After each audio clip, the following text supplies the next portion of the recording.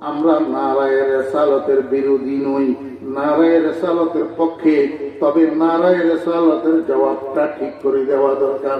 নারায়ে তাকবীর বলেন না, নারায়ে তাকবীর, ইয়া আল্লাহ। নারায়ে তাকবীরের জবাব ইয়া আল্লাহ বলেন না, নারায়ে তাকবীরের জবাব ইয়া আল্লাহ কি? আল্লাহু আকবার। নারায়ে তাকবীরের জবাব কি? আল্লাহু আকবার, না ইয়া আল্লাহ। তো যদি নারায়ে তাকবীরের জবাব ইয়া আল্লাহ না হইয়া আল্লাহু আকবার হয়, তাহলে নারায়ে রিসালাতের জবাব হবে মুহাম্মাদুর রাসূলুল্লাহ নাকি ইয়া রাসূলুল্লাহ? আমার বুঝে ধরে না মানুষের এলেম কালাম কোথায়, মানুষ কোন এলেম কালামের থেকে কথা কয়।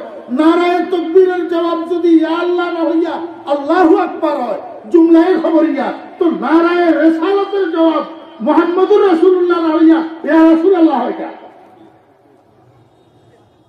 কথা বুঝেন না? তাহলে কি বুঝলেন? আমি নারায়ে রিসালাতের পক্ষে বললাম না বিপক্ষে বললাম? নারায়ে রিসালাতের পক্ষে। নারায়ে রিসালাত বলেন, নারায়ে রিসালাত বলেন, কিন্তু জবাবটা শুদ্ধ করে দেন। নারায়ে রিসালাত ইয়া রাসূলুল্লাহ না, নারায়ে রিসালাত মুহাম্মাদুর রাসূলুল্লাহ, মুহাম্মাদুর রাসূলুল্লাহ। আমি বলি, আপনারা আমার সাথে উত্তর দেন। নারায়ে তাকবীর, নারায়ে তাকবীর, নারায়ে রিসালাত মুহাম্মাদুর রাসূলুল্লাহ নাকি ইয়া রাসূলুল্লাহ? ইয়া রাসূলুল্লাহ হতে পারবে না কেন? ইয়া শব্দ এটা দিয়া গায়েবানা সম্বোধন, আল্লাহকে ছাড়া আর কাউকে করা যায় না। যেহেতু আল্লাহ ছাড়া সদা সর্বদা হার জায়গা হাজির নাজির একমাত্র আল্লাহই হতে পারে, আর কেউ হতে পারে না। রাসূল আকরাম সাল্লাল্লাহু আলাইহি ওয়াসাল্লামকে আল্লাহ পাক যেখানে যেখানে নিয়ে যায় সেখানে সেখানে উপস্থিত হতে পারে, সেখানে সেখানে উপস্থিত হইতে পারে। আল্লাহ পাক নিয়ে গেলে, আল্লাহ পাক শক্তি দিলে, কিন্তু রাসূল আকরাম সাল্লাল্লাহু আলাইহি ওয়াসাল্লামের অন্য জায়গায় উপস্থিত হওয়াটা আল্লাহ পাকের সাহায্যে, কিন্তু আল্লাহ পাকের সব জায়গায় উপস্থিত হওয়া কারো সাহায্যে নয়, আল্লাহ পাক নিজে নিজে। ওটা হার জায়গায় হাজির নাজিরের অর্থ বুঝতে, যিনি অন্যের সাহায্যে কোন জায়গায় উপস্থিত হয় এটারে হাজির নাজির বলে না, যিনি নিজে নিজে উপস্থিত হয় ওইটারে হাজির নাজির বলে। মহান আল্লাহ রাব্বুল আলামিনের অপরিসীম দয়া আর ইহসান, আল্লাহ রাব্বুল আলামিন আমাদেরকে আজ 24শে ফেব্রুয়ারি 2021 ইংরেজি তারিখে সিলেট জেলার বিয়ানীবাজার থানার অন্তর্গত বৈরাগীবাজার হাই স্কুল ময়দানে অনুষ্ঠিতব্য ইত্তেহাদুল মুসলিমিন পরিষদ বৈরাগীবাজার কর্তৃক আয়োজিত 2 দিন ব্যাপী এই আজিমুশান তাফসিরুল কোরআন মাহফিলের আজ সমাপনী দিবসের সমাপনী অধিবেশনে আমাদেরকে অংশগ্রহণ করার তৌফিক দিয়েছেন। এই জন্য আমরা সবাই মহান রব্বুল আলামিনের শুকর আদায় করি, আলহামদুলিল্লাহ। আপনারা ঘোষণায় শুনেছেন আমাকে আলোচ্য বিষয় দেওয়া হয়েছে সূরা ইয়াসিনের ধারাবাহিক আলোচনা, কিন্তু আপনারা আমার তিলাওয়াতে শুনেছেন আমি আলোচ্য বিষয় অনুসারে সূরা ইয়াসিনের শুরু থেকেও কিছু অংশ তিলাওয়াত করেছি এবং সূরাতুল ইসরার প্রথম আয়াতখানাও আপনাদের সামনে তিলাওয়াত করেছি। এর কারণ হল কর্তৃপক্ষের দায়িত্ব পালন করছে, আমাকে আলোচ্য বিষয় নির্ধারিত করে দিয়েছেন, আমারও তো কিছু দায়িত্ব আছে। এখন আরবি বৎসরের হিসাব মতে যেই মাসটা চলতেছে এটার নাম হলো মাহে রজব, রজব মাস। এটা ইসলামের ইতিহাসের এক বহুল তাৎপর্যপূর্ণ মাস। মুসলমানদের সামনে যখন যে মৌসুম আসে এই মৌসুমি আলোচনা করা সুন্নত, বিদায় এই আলোচনাটা আপনাদের সামনে কিছু আংশিক রাখবো বলে মনস্থ করে আমি আলোচ্য বিষয়ে তেলাওয়াত করার সাথে সাথে আরো একটা আয়াত তেলাওয়াত করেছি। আল্লাহ পাক যদি তৌফিক দান করেন, আপনাদের সকলের দোয়া যদি সাথে থাকে, অল্প সময়ের মধ্যে ইনশাআল্লাহ কিছু কথা আপনাদের খেদমতে উপস্থাপন করার আশাবাদী। ওয়া মা তৌফিক ইল্লা বিল্লাহ।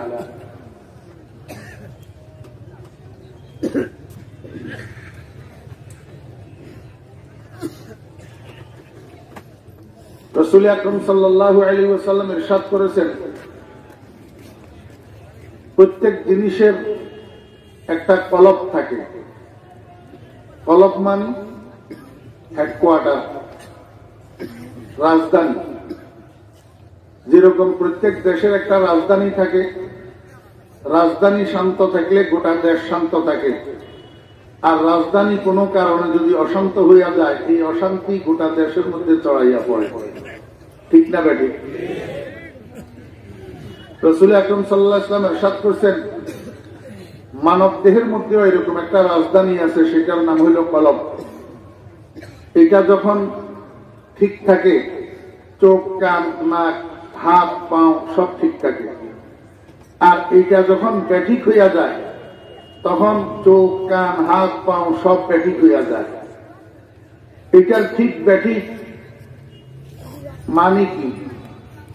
অর্থাৎ একটা মানুষের শরীরের রাজধানী কলব যদি শুদ্ধ থাকে, তাহলে এই মানুষটার জিহ্বাও শুদ্ধ থাকে, মুখে আকথা কুকথা বাইর হয় না, মিথ্যা কথা গীবত শিকায়েত বাইর হয় না, যদি কলব শুদ্ধ থাকে।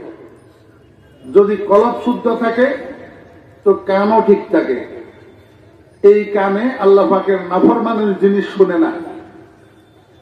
যদি কলব ঠিক থাকে তো চোখও ঠিক থাকে। এই চোখে আল্লাহ পাকের নাফরমানের জিনিস দেখে না। যদি কলব ঠিক থাকে তা হাতও ঠিক থাকে। এই হাতে অন্যায় কোন কাজ, জুলুম, অত্যাচার, বেবিচার, অন্যের হক আত্মসাৎ করতে পারে না। এই হাতে মদের গ্লাস হাতে নিতে পারে না, জুয়ার তাস হাতে নিতে পারে না, যদি কলব ঠিক থাকে।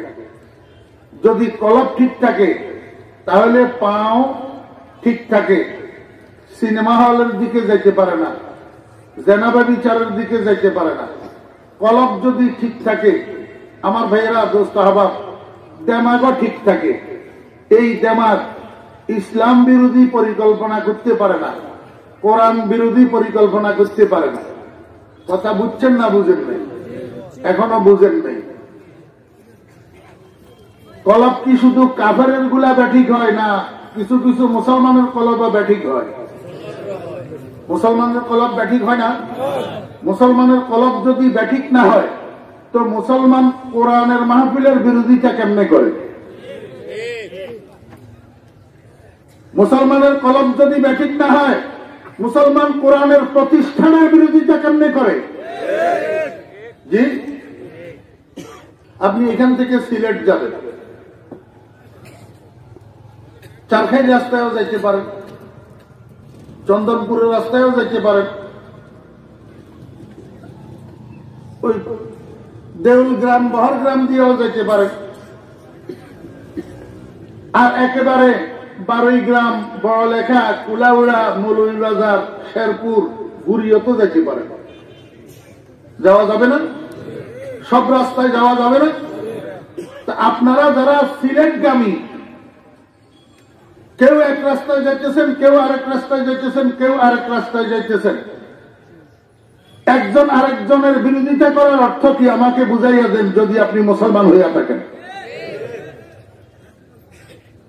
আপনার মুখে ইসলামের কথা যদি শোনা পায়, আপনি কোরআন এবং কোরআনের মাহফিল, কোরআনের প্রতিষ্ঠানের বিরোধিতা কি করে করতে পারেন? আপনি কোন ধরনের মুসলমান?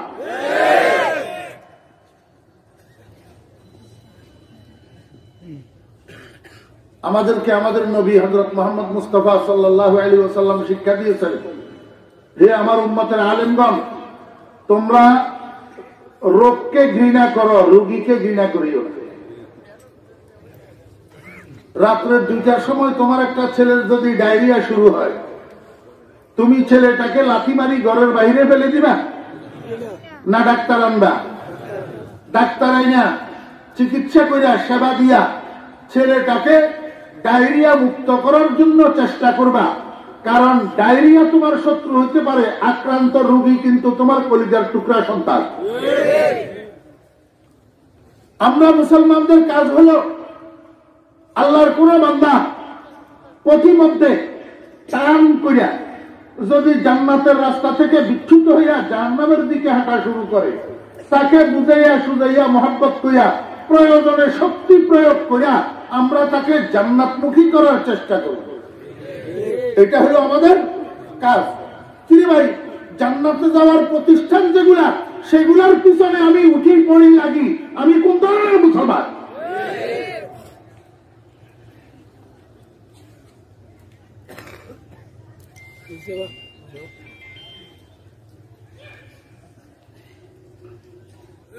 মানুষের শরীরের মধ্যে একটা হেডকোয়ার্টার আছে, রাজধানী। এই রাজধানীটার নাম হলো কলব। এটারে ইংরেজিতে বলে হার্ট, বাংলায় বলে অন্তর বা হৃদয়, উর্দু ফার্সিতে বলে দিল। আল্লাহ হাবিব জনাব রাসূলুল্লাহ সাল্লাল্লাহু আলাইহি ওয়াসাল্লাম বলেন, হে আমার উম্মতগণ, প্রত্যেক জিনিসের মধ্যে একটা কলব থাকে, একটা হেডকোয়ার্টার থাকে, একটা মুখ্য অংশ থাকে। আল্লাহর কোরআনেরও একটা কলব আছে, একটা হেডকোয়ার্টার আছে, একটা রাজধানী আছে। আর কোরআন শরীফের হেডকোয়ার্টার হইল সূরা ইয়াসিন। কোরআন শরীফের রাজধানী কি ভাই? সূরা ইয়াসিন। কোরআন শরীফ সূরা ইয়াসিন কোরআন শরীফের রাজধানী হইল কেন? কোরআন শরীফ সূরা ইয়াসিনের রাজধানী হয়েছে একটা কারণে, যে আল্লাহ পাক কোরআন শরীফকে নাযিল করছেন কি জন্য? মানুষকে আখিরাতমুখী বানানোর জন্য। কি বানানোর জন্য? আখিরাতমুখী বানানোর জন্য। আখিরাতমুখী যেই মানুষটা হয়, এই মানুষটা আল্লাহর নাফরমানি করতে পারে না। যেই মানুষের অন্তরে আখিরাতের বিশ্বাস অটল ভাবে বসে যায়, এই মানুষ আল্লাহর নাফরমানি করতে পারে না। তাহলে বোঝা গেল, মানুষ জান্নাতের পথের প্রতীক হওয়ার জন্য, মানুষ খাঁটি ইমানদার হওয়ার জন্য একটা গুরুত্বপূর্ণ জিনিস হল আখিরাতের ইয়াকিন। আখিরাতের ইয়াকিন, ওয়া বিল আখিরাতি হুম ইউকিনুন। আর সূরা ইয়াসিনের মধ্যে যত বর্ণনা আছে, এর মধ্যে সবচেয়ে বেশি বর্ণনা হলো আখিরাতের বর্ণনা। কিসের বর্ণনা? আখিরাতের বর্ণনা। যেই জিনিসটার ইয়াকিনের দ্বারায় মানুষের মধ্যে পরিবর্তন আসে, যেই জিনিসটার ইয়াকিনের দ্বারায় মানুষ ঈমানমুখী হয়, আমলমুখী হয়, কোরআনমুখী হয়, আল্লাহমুখী হয়, এটার বর্ণনা সূরা ইয়াসিনের মধ্যে বেশি। এই জন্য সূরা ইয়াসিনকে রাসূল আকরাম সাল্লাল্লাহু আলাইহি ওয়াসাল্লাম কলবুল কোরআন হিসেবে আখ্যায়িত করেছেন। আমার ভাইয়েরা, দোস্ত আহবাব, সূরা ইয়াসিন এমন একটা সূরা, যেই সূরাটা সাধারণ মানুষে তেলাওয়াত করলে 10 মিনিট লাগে, আর হাফেজ সাহেবেরা হযরের সাথে বা তাজবীদ যদি তেলাওয়াত করে 5 মিনিট লাগে।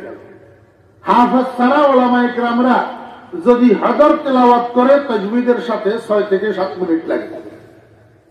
সময় খুব বেশি লাগে না? জি, সময় খুব বেশি লাগে।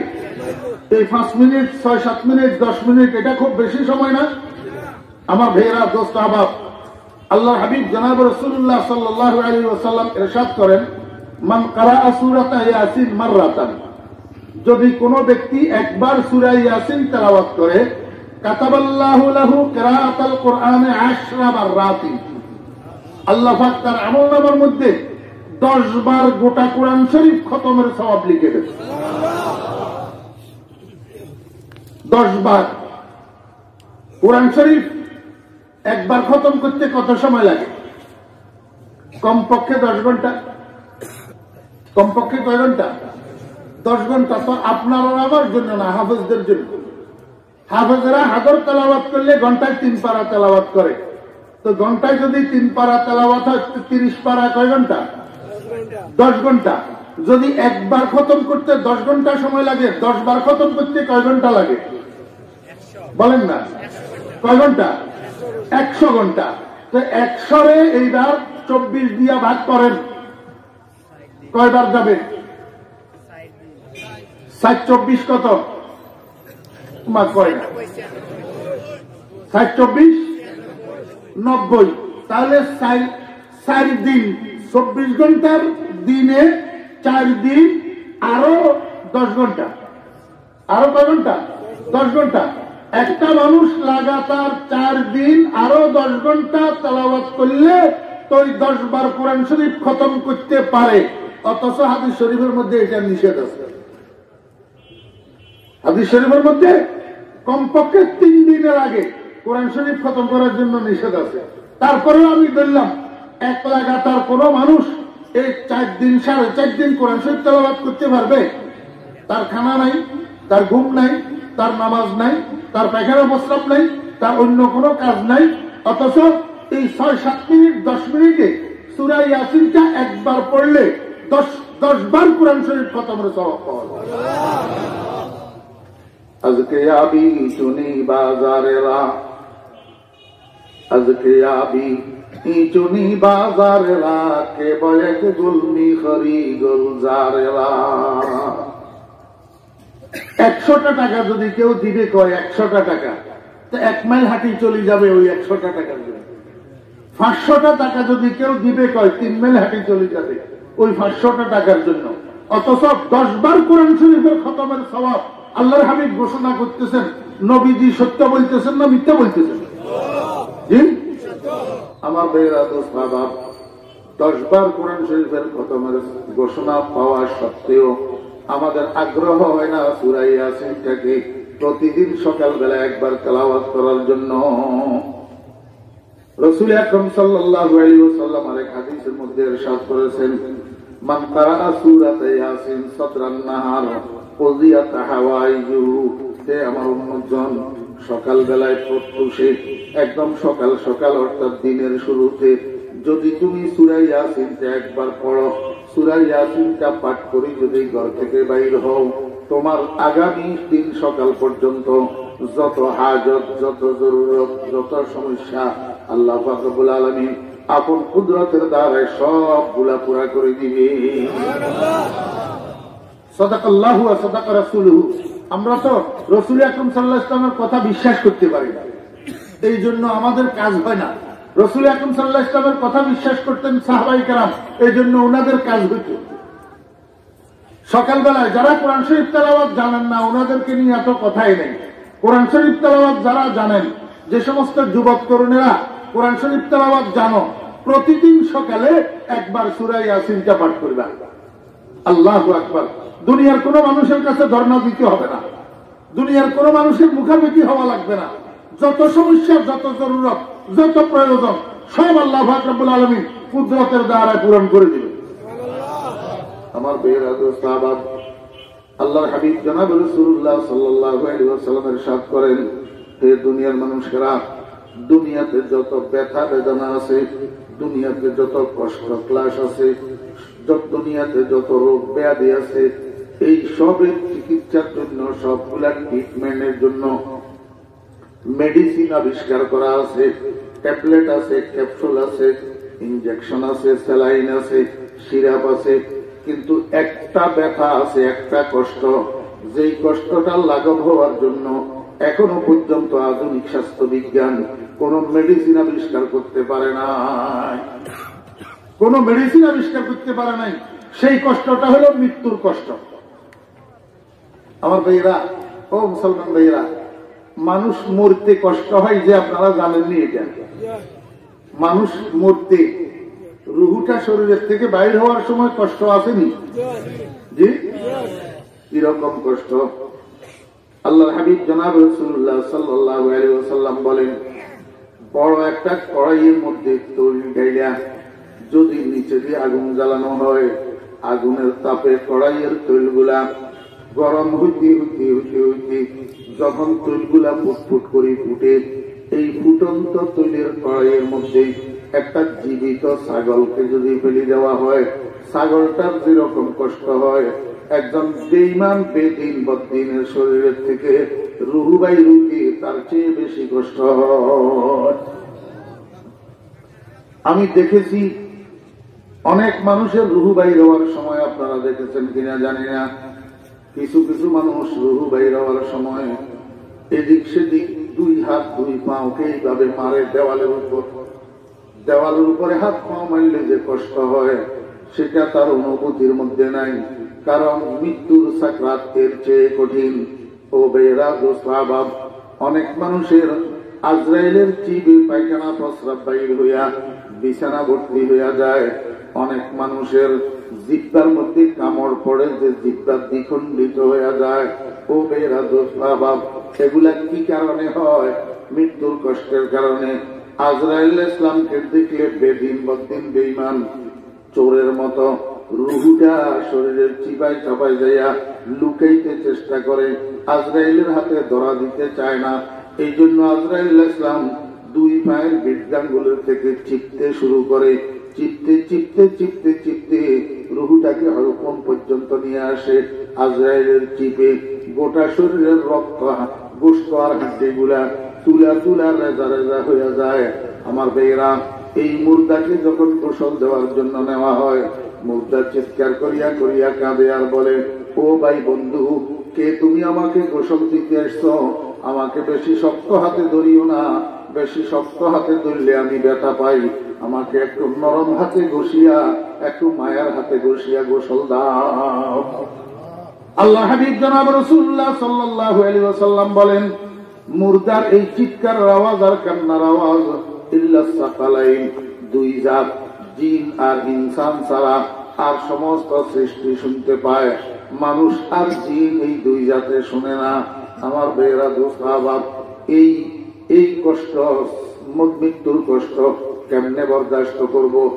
একটা কাঁটা যদি হাতে পায়ে ফুটে, কাঁটা ফুটার যন্ত্রণা বরদাস্ত করতে পারি না। একটা সুইচ যদি আঙ্গুলের মাথা দিয়া ঢুকে, এই কষ্ট বরদাস্ত করতে পারি না। একটু বেশি গরম বেশি ঠান্ডা বরদাস্ত করতে পারি না। একটু সূর্যের তাপ আগুনের ভাব বরদাস্ত করতে পারি না। আজরাইলের চিপ মৌতের কষ্ট কেমনে বরদাস্ত করব? আমরা তো অবুঝ, এই জন্য আমরা কাঁদি না। আল্লাহর আশিকেরা আল্লাহর দরবারে রাত্র দিন 24 ঘন্টা বসিয়া বসিয়া কাঁদে, হে আল্লাহ, মৃত্যু যন্ত্রণা হালকা করে দিও। মৃত্যু যন্ত্রণা বরদাস্ত করার ক্ষমতা আমার কাছে নাই। আল্লাহ হাবিব জনাব রাসূলুল্লাহ সাল্লাল্লাহু আলাইহি ওয়াসাল্লাম বলেন, আমার উম্মতেরা, এই সাকরাতে মওত লাগাব হওয়ার মেডিসিন আমার কাছে আছে। দুনিয়ার ডাক্তারদের ডাক্তারি যেখানে ব্রেক লাগিয়া যায়, সেখান থেকে আমার ডাক্তারি মাত্র শুরু হয়। হে দুনিয়ার যুবক তরুণেরা, তোমাদের আব্বা আম্মার চেহারার মধ্যে যখন মৃত্যুর লক্ষণ বেশি উঠতে দেখবেন, মৃত্যুর লক্ষণ কি? আল্লাহু আকবার। কপালের মধ্যে হালকা একটা ঘাম দিবে, ঘাম কপালের মধ্যে, নাকের আগাইটা একদিকে কাট হইয়া যাবে, কানের লতিগুলা নিচের দিকে ঝুলে যাবে নরম হইয়া, গলার মধ্যে গর গর গর গর শব্দ হবে। চামচ দিয়া মুখের মধ্যে পানি দিলে এই পানি ভিতরের দিকে যাবে না, মুখের এক পাশ দিয়া গড়াইয়া নিচে পড়ে যাবে। এই সময় মনে করবা তোমার আব্বার তোমার আম্মার সাকরাত শুরু হয়েছে। তুমি যদি সুসন্তান হয়ে থাকো, তাড়াতাড়ি ওযু করো। ওযু করি কোরআন শরীফটা হাতে নিয়া মাথার পাশে দিয়া যাইয়া বসো। বসে শুরু করো, আউযু বিল্লাহি মিনাশ শাইতানির রাজীম, বিসমিল্লাহির রহমানির রহিম, ইয়াসিন ওয়াল কুরআনিল হাকীম, ইন্নাকা লামিনাল মুরসালিন আলা সিরাতিন মুস্তাকিম। সূরা ইয়াসিনটা তেলাওয়াত শুরু করো। আল্লাহর হাবিব বলেন, মা মিন মাইয়িতিন ইল্লা কুরিআত আলাইহি সূরাতু ইয়াসিন ইল্লা হাওয়ানাল্লাহু আলাইহি আও কামা ক্বালা নবী আলাইহিস সালাতু ওয়াস সালাম। যেই মৃত্যু পথযাত্রীর মাথার পাশে সূরা ইয়াসিন তেলাওয়াত করা হয়, ওই মৃত্যু পথযাত্রীর শরীরের থেকে রূহটা কেমন সহজভাবে বাইর হয়। আল্লাহর হাবিব বলেন, মায়ের স্তনের দুধ পান করতে করতে শিশুর চোখের মধ্যে যখন ঘুম আসে যায়, এই ঘুমন্ত শিশুর মুখের থেকে মায়ের স্তনটা যে খুলে যায়, ঘুমন্ত শিশুর যেরকম খবর হয় না, সূরা ইয়াসিন পড়ুয়া মানুষটার শরীরের থেকে এমন সহজভাবে রূহটা বাইর হয়, তার খবর হয় না। ও ভাইয়েরা, দোস্তাবাবেরা, ছেলেদেরকে সূরা ইয়াসিন শিক্ষা দেন, ছেলে মেয়েদেরকে সূরা ইয়াসিন শিখান। দুনিয়ার ক্লাস, দুনিয়ার শিক্ষা, দুনিয়ার পণ্ডিতি অনেক তো শিখাইলেন, ছেলেদেরকে, কিন্তু জানাজার নামাজের দোয়াটা শিখাইলেন না।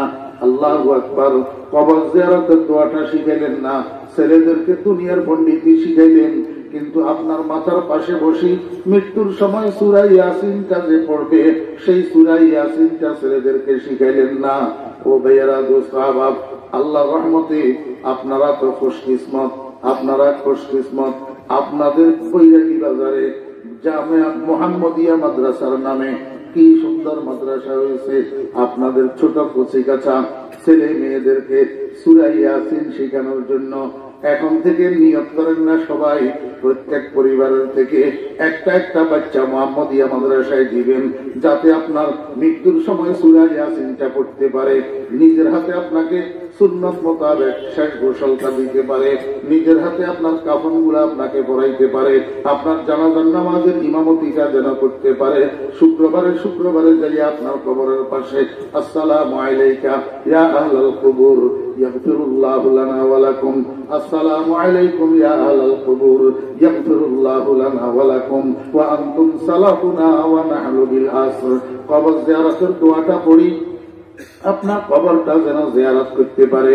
প্রত্যেক ঘরে ঘরে এই মুহাম্মদিয়া মাদ্রাসার উসিলায় কমপক্ষে একজন হক্কানি আলেম, একজন হাফেজে কোরআন যেন তৈরি হয়। দিবেন তো? মাদ্রাসার ছাত্র দিবেন তো? দিবেন তো ইনশাআল্লাহ? প্রত্যেক ঘরে ঘরে আলেম তৈরি করবেন তো ইনশাআল্লাহ? হাফেজ তৈরি করবেন তো ইনশাআল্লাহ? সমস্ত উলামায়ে কেরামের পক্ষ থেকে ফরিদউদ্দিন আপনাদেরকে আহ্বান করে গেল, কিয়ামতের ময়দানে আল্লাহর দরবারে, আল্লাহর হাবিবের দরবারে আল্লাহর হাবিব যখন জিজ্ঞেস করবে, কিরে বেটা, তোর ঘরে আমার 2টা 4টা 5টা 7টা উম্মত আল্লাহ পাক পাঠাইলেন, একটা উম্মতকেও আমার ছাত্র বানাইলি না, সবগুলাকে ঈশ্বরচন্দ্র বিদ্যাসাগরের ছাত্র বানাইলি, সবগুলারে রবি ঠাকুরের ছাত্র বানাইলি, সবগুলারে লেনিন কার্ল মার্কসের ছাত্র বানাইলি, সবগুলারে জর্জ ডব্লিউ বুশের অনুসারী বানাইলি, সবগুলারে ডোনাল্ড ট্রাম্পের অনুসারী বানাইলি, একটা সন্তানের আমি নবীর ছাত্র কেমনে বানাইলি না? কিয়ামতের ময়দানে আল্লাহর হাবিব যখন প্রশ্ন করবেন, তখন বলতে পারবেন না, ইয়া রাসূলুল্লাহ আমাদেরকে আলেমেরা বলে নাই, আমাদেরকে মিয়া সাহেবরা বলে নাই, বলতে পারবেন না। আমাদের কাঁধে নবীজির দেওয়া দায়িত্ব আছে, সেই দায়িত্ব পালনার্থে আমরা আপনাদেরকে বুঝাইতেছি, অন্তত কমপক্ষে প্রত্যেক ঘরে ঘরে একজন হইলেও হক্কানি আলেম তৈরি করেন, একজন হইলেও হাফেজে কোরআন তৈরি করেন, এই ছাত্র দিয়া মাদ্রাসাগুলারে আবাদ করে। বাঁচতে পারবেন না কিয়ামতের ময়দানে, মনে রাখবেন আল্লাহর হাবিবের সামনে বাঁচতে পারবেন না। ওয়াকাল রাসূল ইয়া রাব্বি ইন্না কওমি ইত্তাখাযু হাযাল কুরআনা মাহজুরা, বাঁচতে পারবেন না।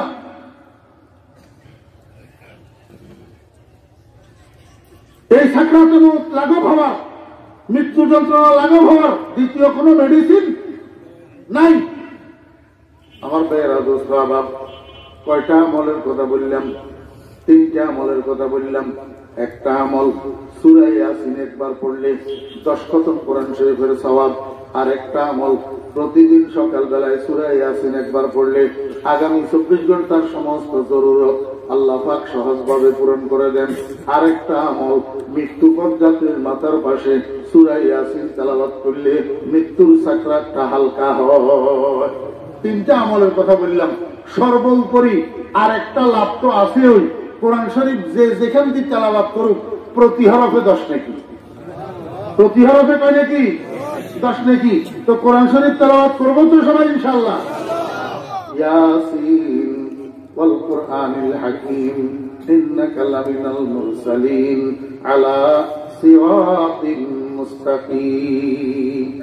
মক্কা শরীফের মধ্যে কাফেরের বাচ্চারা রাসূল আকরাম সাল্লাল্লাহু আলাইহি ওয়াসাল্লামকে আসি বলতো, ইয়া মুহাম্মদ ইন্নাকা লাস্তা মুরসালা, হে মুহাম্মদ তুমি তো রাসূল না, তোমার তো আল্লাহ পাক নবী বানাইয়া পাঠায় নাই, তুমি যেগুলা বলতেছো এগুলা তো সব মিথ্যা, এগুলা সব কি?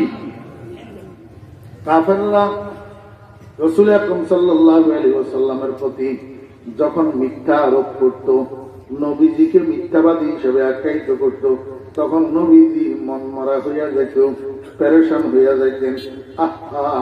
আল্লাহ পাক আমার রাসূল বানাইয়া পাঠাইছে, এখন এই মানুষগুলাই কয় আমি বলে মিথ্যাবাদী বলে, আমারে বলে পাঠায় নেই বলে রসুল বানাইয়া। নবীজি পেরেশান হইয়া থাকতেন। আল্লাহ পাক রব্বুল আলামিন নবীজিকে সান্ত্বনা দেওয়ার জন্য, নবীজির পেরেশানি দূর করার জন্য এই আয়াত নাযিল করছেন। ইয়াসিন, হে ইয়াসিন, হে ইয়াসিন। আমার বেরা দোস্ত আবাব, হে ইয়াসিন বললাম যে এটা কি জন্য বললাম? ইয়াসিন এক তাফসীর মতে মুহাম্মদুর রাসূলুল্লাহ সাল্লাল্লাহু আলাইহি ওয়াসাল্লামের 99টা আসমায়ে হোসনার একটা। আপনারা জানেন আল্লাহ পাকের মোট কয়টা নাম? মোট 100টা। আল্লাহ পাকের মোট নাম কয়টা? ইন্না লিল্লাহি মিআতা ইসমিন। আল্লাহ পাকের মোট 100টা নাম। তন্মধ্যে একটা হইল আল্লাহ পাকের জাতি নাম, আর 99টা হইল আল্লাহ পাকের গুণবাচক নাম, আল্লাহ পাকের সিফতি নাম। 7 দিন বয়সে আব্বা আম্মার নাম রাখছে আব্দুর রহিম। কি রেখেছে? আব্দুর রহিম। 7 বছর বয়সে নুরানিতে ভর্তি হয়েছে। 10 বছর বয়সে নুরানি পাশ করছে। এইবার হেফজখানা মাদ্রাসায় যাইয়া ভর্তি হয়েছে। কিছুদিন হেফজখানায় পড়ার পর এখনো পরিপূর্ণ হাফেজ হয় নাই। তারপরেও ঘরের মধ্যে আব্বা আম্মা ভাই বেরাদর, বাড়ির মানুষ, বাজারের মানুষ সবাই ডাকে, এই হাফেজ সাহেব এদিকে আসো। ডাকেনি। অরিজিনাল নাম কি? আব্দুর রহিম। অরিজিনাল নাম আব্দুর রহিম। এখন নাম হয়েছে কি? হাফেজ সাহেব। কিছুদিন পরে হেফজ শেষ করার পর আঙ্গুরা মোহাম্মদপুর মাদ্রাসায় ভর্তি হইয়া আল্লাহর রহমতে 12 বছরে দাওরায়ে হাদিস তাকমিল পাশ করিয়া এখন বাইর হয়েছে। এখন এলাকার মানুষ, বাড়ির মানুষ সবাই ডাকে মাওলানা সাহেব। কি সাহেব? মাওলানা সাহেব। ও বেরা দোস্ত আহবাব, এরপরে দারুল উলুম দেওবন্দ চলে গেছে। সেখানে 2 বছর ইফতা পড়ছে, ফতোয়া বিভাগ। সেখান থেকে আসছে পরে এলাকার মানুষ সবাই ডাকে মুফতি সাহেব। কি ডাকে? মুফতি সাহেব। এইবার এলাকার মানুষের উপযুক্ত দেখি এলাকার মসজিদের জুমার নামাজের জন্য খতিব হিসাবে নিযুক্ত করছে। এখন মুসল্লি যারা আছে উনারা ডাকে খতিব সাহেব। এক আব্দুর রহিম, একবার হইল হাফেজ সাহেব, একবার হইল মাওলানা সাহেব, একবার হইল মুফতি সাহেব, একবার হইল খতিব সাহেব।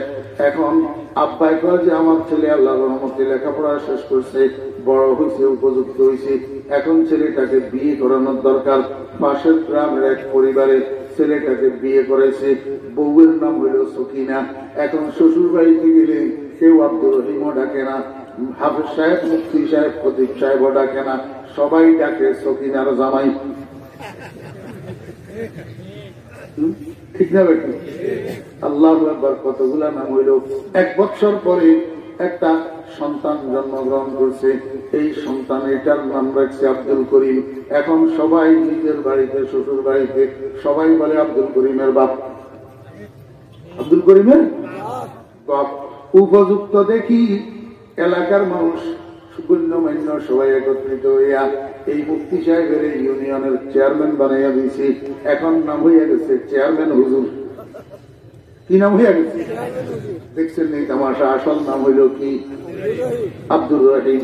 আর বাকিগুলা সব এক একটা গুণের কারণে এক একটা নাম হয়েছে গুণবাচক নাম। আল্লাহ পাক রব্বুল আলামিনের 100টা নাম আছে। জাতি নাম হইল আল্লাহ।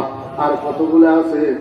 আর রহমান, আর রহিম, আল করিম, আল জব্বার, আল কাহ্হার, আল খালেক, আর রাযিক। এগুলো হইল সব আল্লাহ পাকের সিফতি নাম। তেমনি ভাবে মুহাম্মদুর রাসূলুল্লাহ সাল্লাল্লাহু আলাইহি ওয়াসাল্লামের একটা জাতি নাম আছে মুহাম্মদ। মুহাম্মদ এটা রাসূলুল্লাহ সাল্লাল্লাহু আলাইহি ওয়াসাল্লামের কি?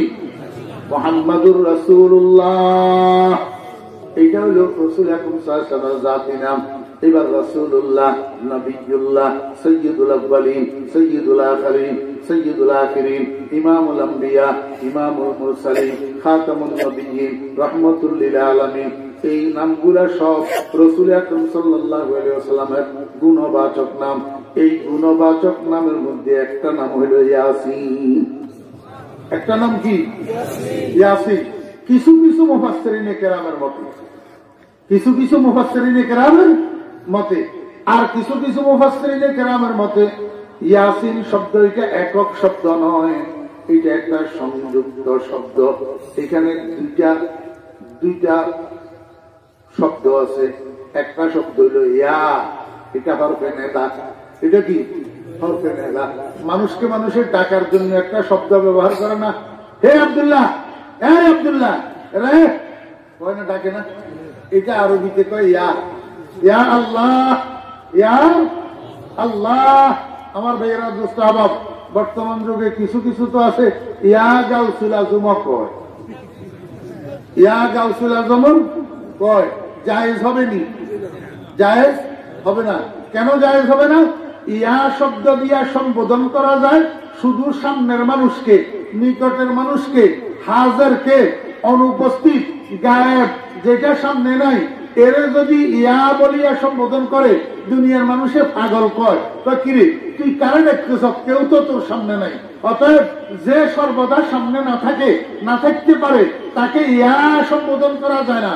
তো সর্বদা সামনে থাকতে পারে একমাত্র আল্লাহ, এই জন্য আল্লাহকে সম্বোধন করা যায় ইয়া আল্লাহ।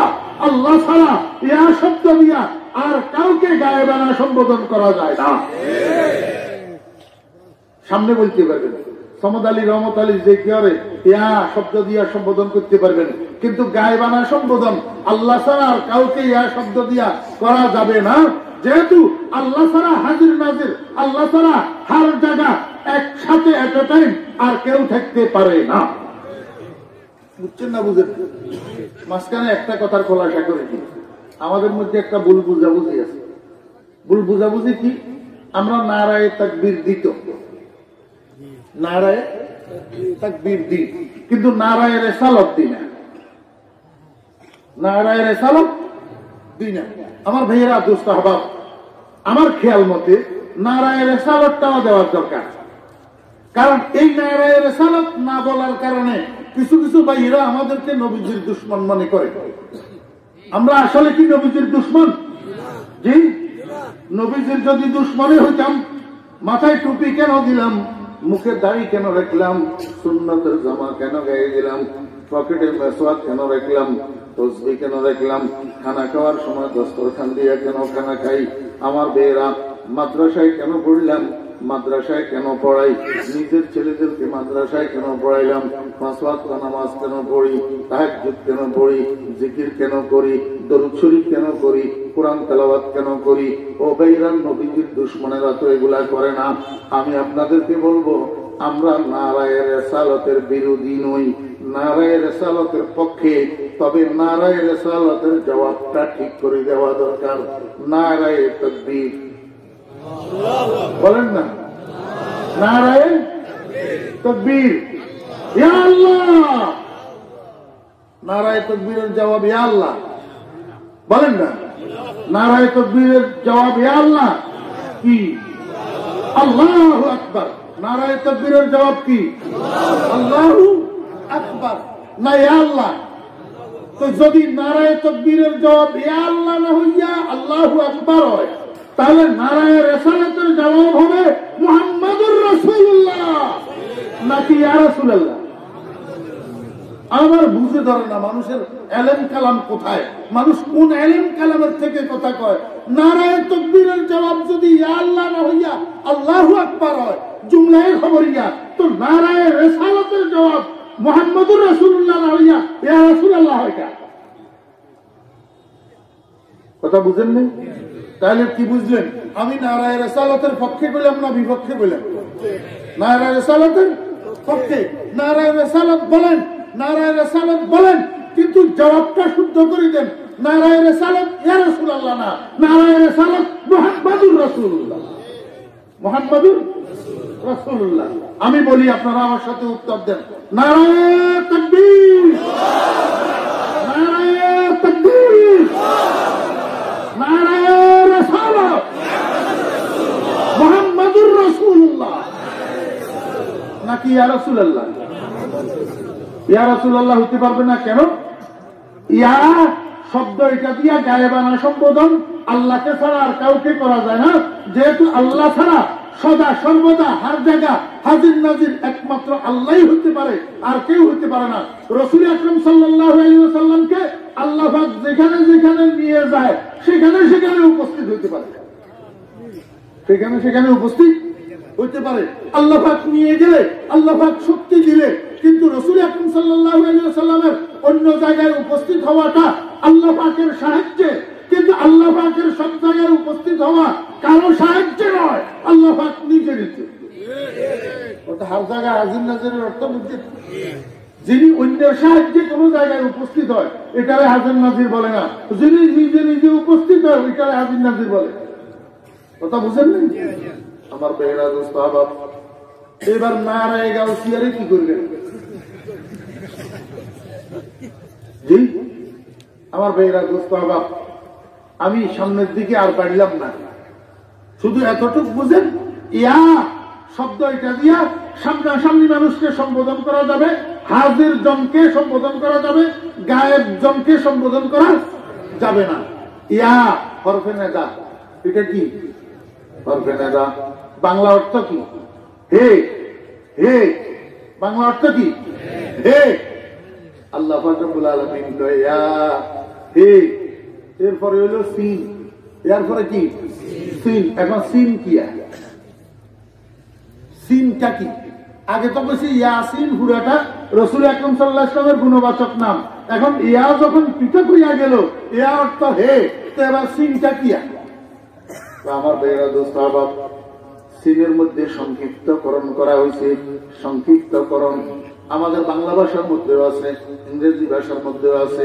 অনেক সময় একটা শব্দের একটা বর্ণ লইয়া বাকি বর্ণগুলাকে ডিলেট করে দেয় সংক্ষিপ্তকরণের জন্য। BTC, BTC Bangladesh textile corporation, Bangladesh textile corporation. আল্লাহু আকবার। আফম আবুল ফজল মোহাম্মদ, আবুল ফজল মোহাম্মদ, দেখেন না, আবুলের আ, ফজলের ফ, মোহাম্মদের ম, আ ফ ম। ইংরেজি ওয়ালারা কইছে দেখেন না এমডি, এমডি মানে মোহাম্মদ, এমডি মানে কি মোহাম্মদ। তো সংক্ষিপ্তকরণের জন্য যে কোনো একটা শব্দের একটা বর্ণ রেখা আর বাকি বর্ণগুলোকে উচ্চারণে আনা হয় না, এটারে আরবিতে তরখিম বলে। আরবিতে কি বলে?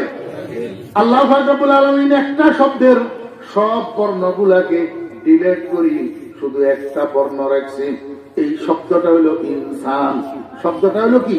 ইনসান। ইনসান শব্দের বাকি সব বর্ণগুলাকে বাদ দিয়া শুধু সিনটা রাখছি। এখানে সিন মানে ইনসান। সিন মানে কি? ইনসান। তাহলে ইয়া সিন মানে ইয়া ইনসান। ইয়া ইনসান অর্থ কি? হে মানুষ। কি? হে মানুষ। আমার বেহরা দোস্ত আহবাব, এবার আপনাদেরকে কেমনে বুঝাইতাম? দুনিয়া ভর্তি মানুষ আছে, কিন্তু মানুষ নামের মানুষ তো না আছেন। এখন আপনাদের তাফসীরুল কোরআন মাহফিলের প্যান্ডেলের এক কোনায় দাঁড়াইয়া কোন মানুষ যদি এইভাবে ডাকে, হ্যাঁ মানুষ, তো আপনারা লোকটারে কি বলবেন? পাগল বলবেন না? হ্যাঁ বেটা কারা ডাকতেছ? মানুষের ডাকতেছি। হ্যাঁ বেটা মানুষ কি রে? মানুষ নামে মানুষ আসেনি। তোমরা কি গরু ছাগল? তো আমরা গরু ছাগল না, আমরা মানুষ, কিন্তু মানুষ নামে তো কেউ নেই। বাজারে যাহা কিছু আছে সবকিছু কিছু, কিন্তু কিছু নামে কিছু নেই। আমার মনে আছে, মনে হয় 3-4 বছর আগে আপনাদেরকে এই মাহফিলে এই কিছুর ঘটনা আমি শুনেছিলাম। ওই যে শ্বশুরে হ্যাঁ জামাইরে 10 টাকা দিয়া বাজারে পাঠাইছিল কিছু খাওয়ার জন্য, বলি নাই? আপনারা ভুলে গেছেন। বাজারে 10 টাকা দিয়া শ্বশুরে পাঠাইছে জামাইরে কিছু খাওয়ার জন্য। জামাই আসছিল একটু হেবলা টাইপের। হ্যাঁ বাজারে ঢুকতে তরকারি দোকানদার একটা বসছে সামনে, তরকারি দোকানদারের 10 টাকা দিয়া কয় আমার 10 টাকার কিছু দেন। এ দোকানের মধ্যে ঝামেলা ছিল তো, এ বলছে কিছু, দোকানদারে বুঝছে কচু। ওই যে তরকারির কচু আছে না, কাঠ কচু, 1 কেজি টুকরা বানাইয়া বানাইয়া রেখেছে। 10 টাকা বিক্রি করে। এখন এই যখন 10 টাকা দিছে ঠিক ঠিক মাপ মতো 1 কেজি, তো 1 কেজির টুকরা একবারে 2 ভাগ করছে, 1 ভাগ তারে ধরাইয়া দিয়েছে। সে কি করছে? এক বাগের পকেটের মধ্যে লই, আর এক বাগের চাবাইতে চাবাইতে অর্ধেক রাস্তা পর্যন্ত গেছে। অর্ধেক যখন গেছে, অর্ধেক খানা হইয়া গেছে। এবার পকেটের থেকে আর অর্ধেক বাইর করি, এটা চাবাইতে চাবাইতে শ্বশুর বাড়ির দরজা পর্যন্ত গেছে, আরো এক টুকরা হইয়া গেছে। এখন গলার বিষে আর খাইতে পারে না। কাঁচা কচু খাইলে গলা ব্যথা করে না? খালি ব্যথা নেই, এমন প্রচন্ড ব্যথা শুরু হয়েছে, গলা ফুলতে শুরু হয়েছে। এখন ঘরে যাইয়া যখন চিল্লানি শুরু করছে, শাশুড়ি কয়, বাবা কি হয়েছে আপনার, কি খেয়েছেন, এরকম হইল কেমনে? আমারে আব্বাই 10 টাকা দিয়া বলছে বাজারে যাইয়া কিছু খাইয়া আসতে, এখন আমি কিছু খাইছি, পরে আমার এই দশা হয়েছে। তো শ্বশুরও আসিল ঘরে, শ্বশুর কয়, এই বেটা পাগলের গোলা পাগল, আমি কি খাইতে কইছি, তুমি কি খাইছো? কয় যে আপনি আমার কিছু খাইতে কইছেন, আমি দোকানদারের কিছু দিতে কইছি, সে আমার কিছু দিছে, এখন কিছু খাইছি, পরে আমার এই অবস্থা হয়েছে। শ্বশুর তো এস্টনি হইয়া গেছে, কয় কি বাজারে তো কিছু নামের কিছু নাই, তাহলে খাইলেও কি? কয় যে কি খাইছো তুমি? কয় এই তো আমার পকেটের মধ্যে একটু আছে না, এই যে কিছু। শ্বশুর তো দেখি মাথা খারাপ হয়েছে, কিন্তু আমি কইছি কিছু খাইতে, হে কচু খাইলেও কি লেগা? তুমি কচু কিনে খাইয়া? আমি দোকানদারের কইছি কিছু দিতে, আমার এইটা দিছে। শ্বশুরে কয়, বেটা পাগল, তুই কিছু দিতে কইলি কেন? কিছু তো বাজারে নাই। তাহলে আপনি আমার কিছু খাইতে কইলেন কেন? দেখছেন কি? এবার শ্বশুরে বুঝায়, পাগলের মোলা পাগল, বাজারে যাহা কিছু আছে সব কিছু কিছু, কিন্তু কিছু নামের কিছু না। দুনিয়াতে যত মানুষ আছে সবগুলা মানুষ, কিন্তু মানুষ নামের মানুষ নাই। এখন যদি কোনো মানুষে হে মানুষ কইয়া ডাকে, তার এই কথাটা অনর্থক কথা হিসাবে পরিগণিত হবে। কি কথা হিসাবে? তাহলে আল্লাহ পাক রব্বুল আলামিনের কালাম কোরআনুল কারীম, এটার মধ্যে অনর্থক কথা আছে, লা রাইবা ফি, লা রাইবা ফি। এখন আমরা যে তরজমা বাইর করলাম, ইয়া মানে হে আর সিন মানে ইনসান, তাহলে ইয়া ইনসান অর্থ হইল হে মানুষ। হে মানুষ, এটা তো অনর্থক কথা।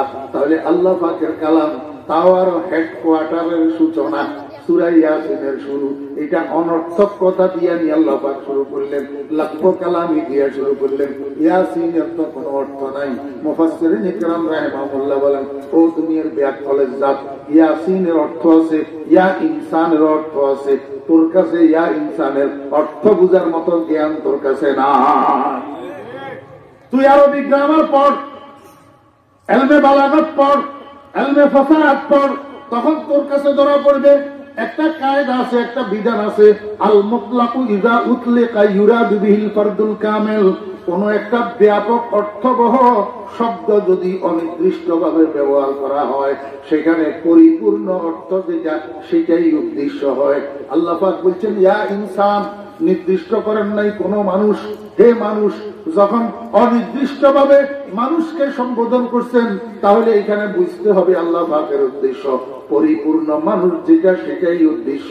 আমি গোটা পৃথিবী তালাশ করে দেখলাম, গোটা দুনিয়া তালাশ করে দেখলাম, আদম থেকে বর্তমান পর্যন্ত তালাশ করে দেখলাম, মুহাম্মদুর রাসূলুল্লাহ সাল্লাল্লাহু আলাইহি ওয়াসাল্লামের থেকে পরিপূর্ণ মানুষ দুনিয়াতে আর আসে নাই, কিয়ামত পর্যন্ত আসবে না।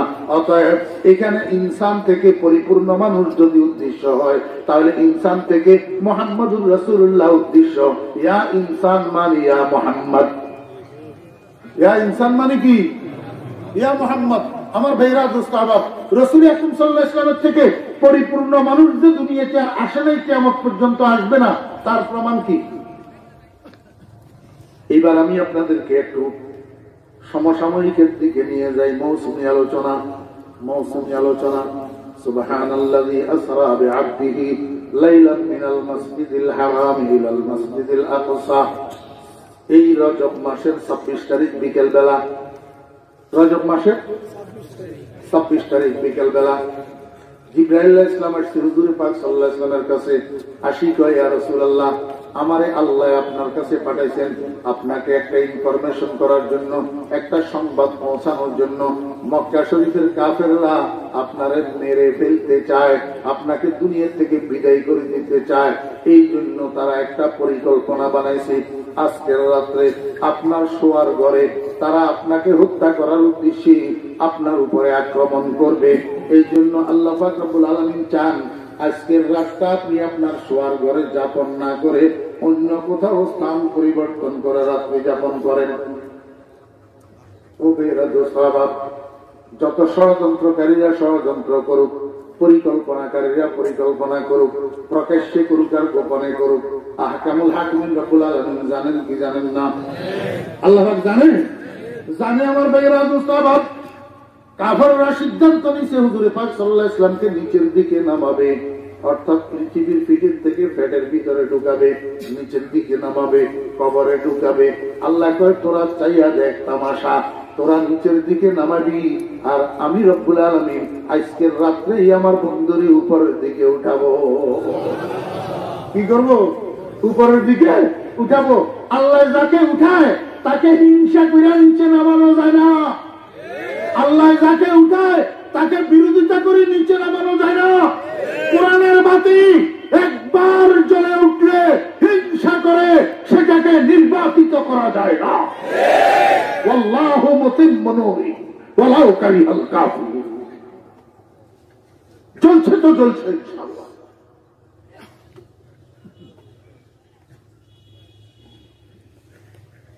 खुर्शीद ये दीन अहमद का आलम के उफुक पर चमकेगा। দোয়া করবেন তো আপনারা সবাই? দোয়া করবেন তো সবাই? কিসের জন্য?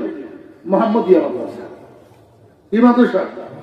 মুহাম্মদিয়া মাদ্রাসা। গত বছর আমি বলে গেছিলাম, আল্লাহ সাক্ষী আছে, অন্তর থেকে দোয়া করছি এই মুহাম্মদিয়া মাদ্রাসার জন্য। আল্লাহর রহমতে প্রতিষ্ঠিত হয়ে গেছে ইনশাআল্লাহ। खुर्शीद ये दीन अहमद का आलम के उफुक पर चमकेगा। ये नूर हमेशा चमका है, ये नूर बराबर चमकेगा। हक আসবে ইনশাআল্লাহ, আসবে ইনশাআল্লাহ। হকের আলো জ্বলবে ইনশাআল্লাহ। দুনিয়ার কোন শক্তি নাই হকের আলো নির্বাপিত করে দিতে পারে।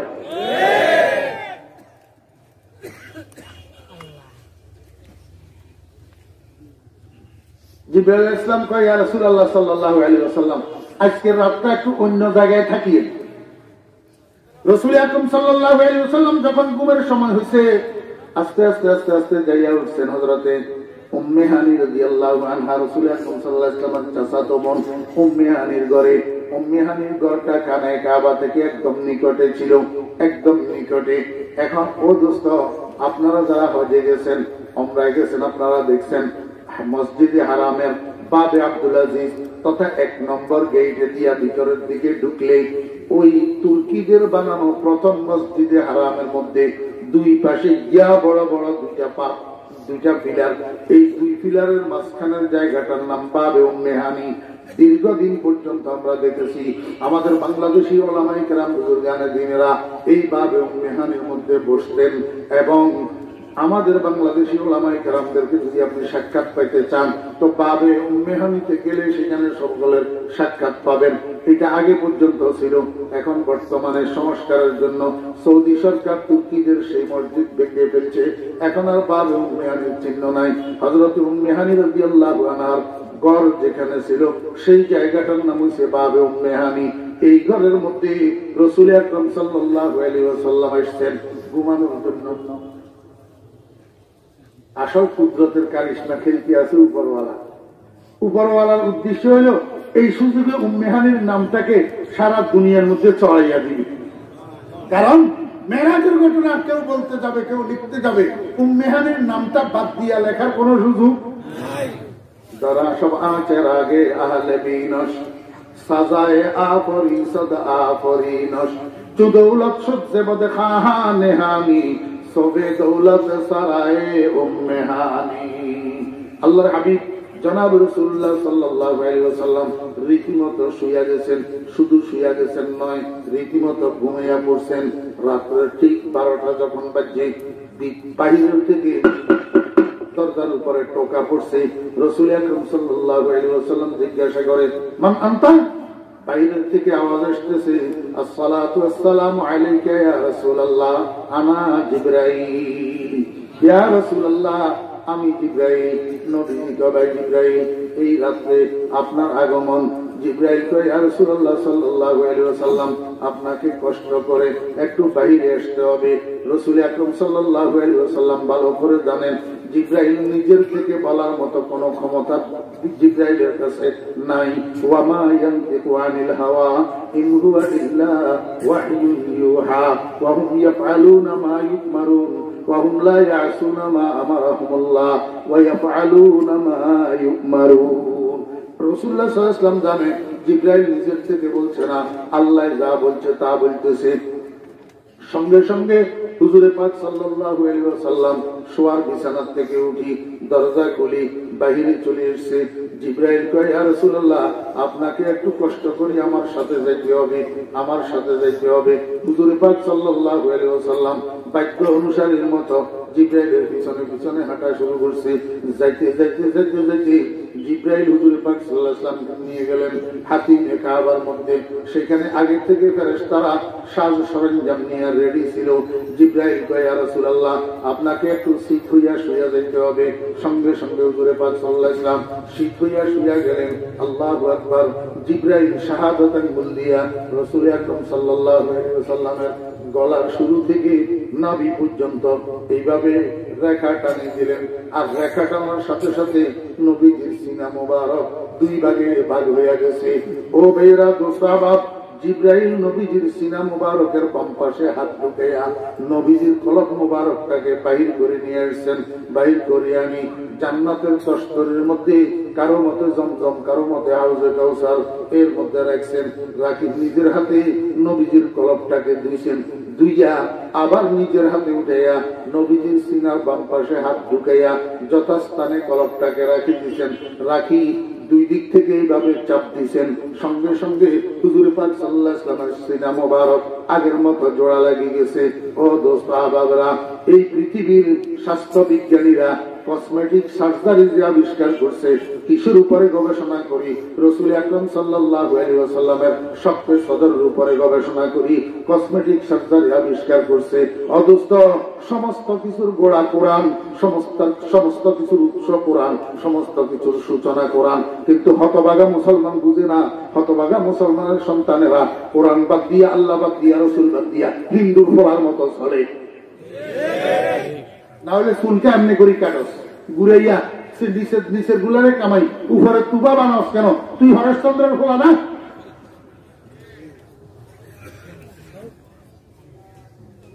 মনে কষ্ট গেলে আই এম এক্সট্রিমলি সরি, আমাকে মাফ করে দিস।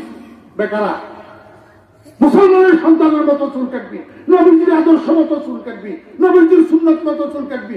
তুই মুসলমানের সন্তান, আব্দুর রহমান আব্দুল করিমের ঘরে জন্মগ্রহণ করি, আমেনা বেগম ফাতেমা বেগমের দুধ পান করি, তুই সীতার আলীর ভোলার মতো দুধ টানস কেন? কাকে খুশি করার জন্য?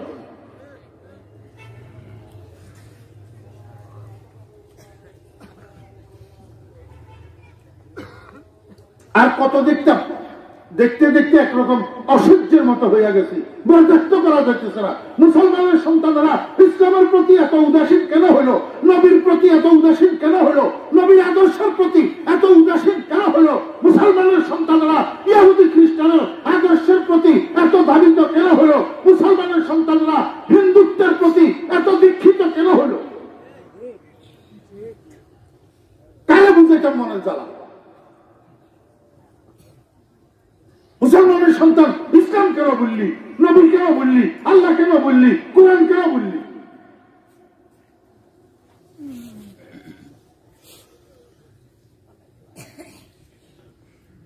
জিবরাইল আলাইহিস সালাম কয় ইয়া রাসূলুল্লাহ আপনি উঠি দাঁড়ান মেহেরবানি করি।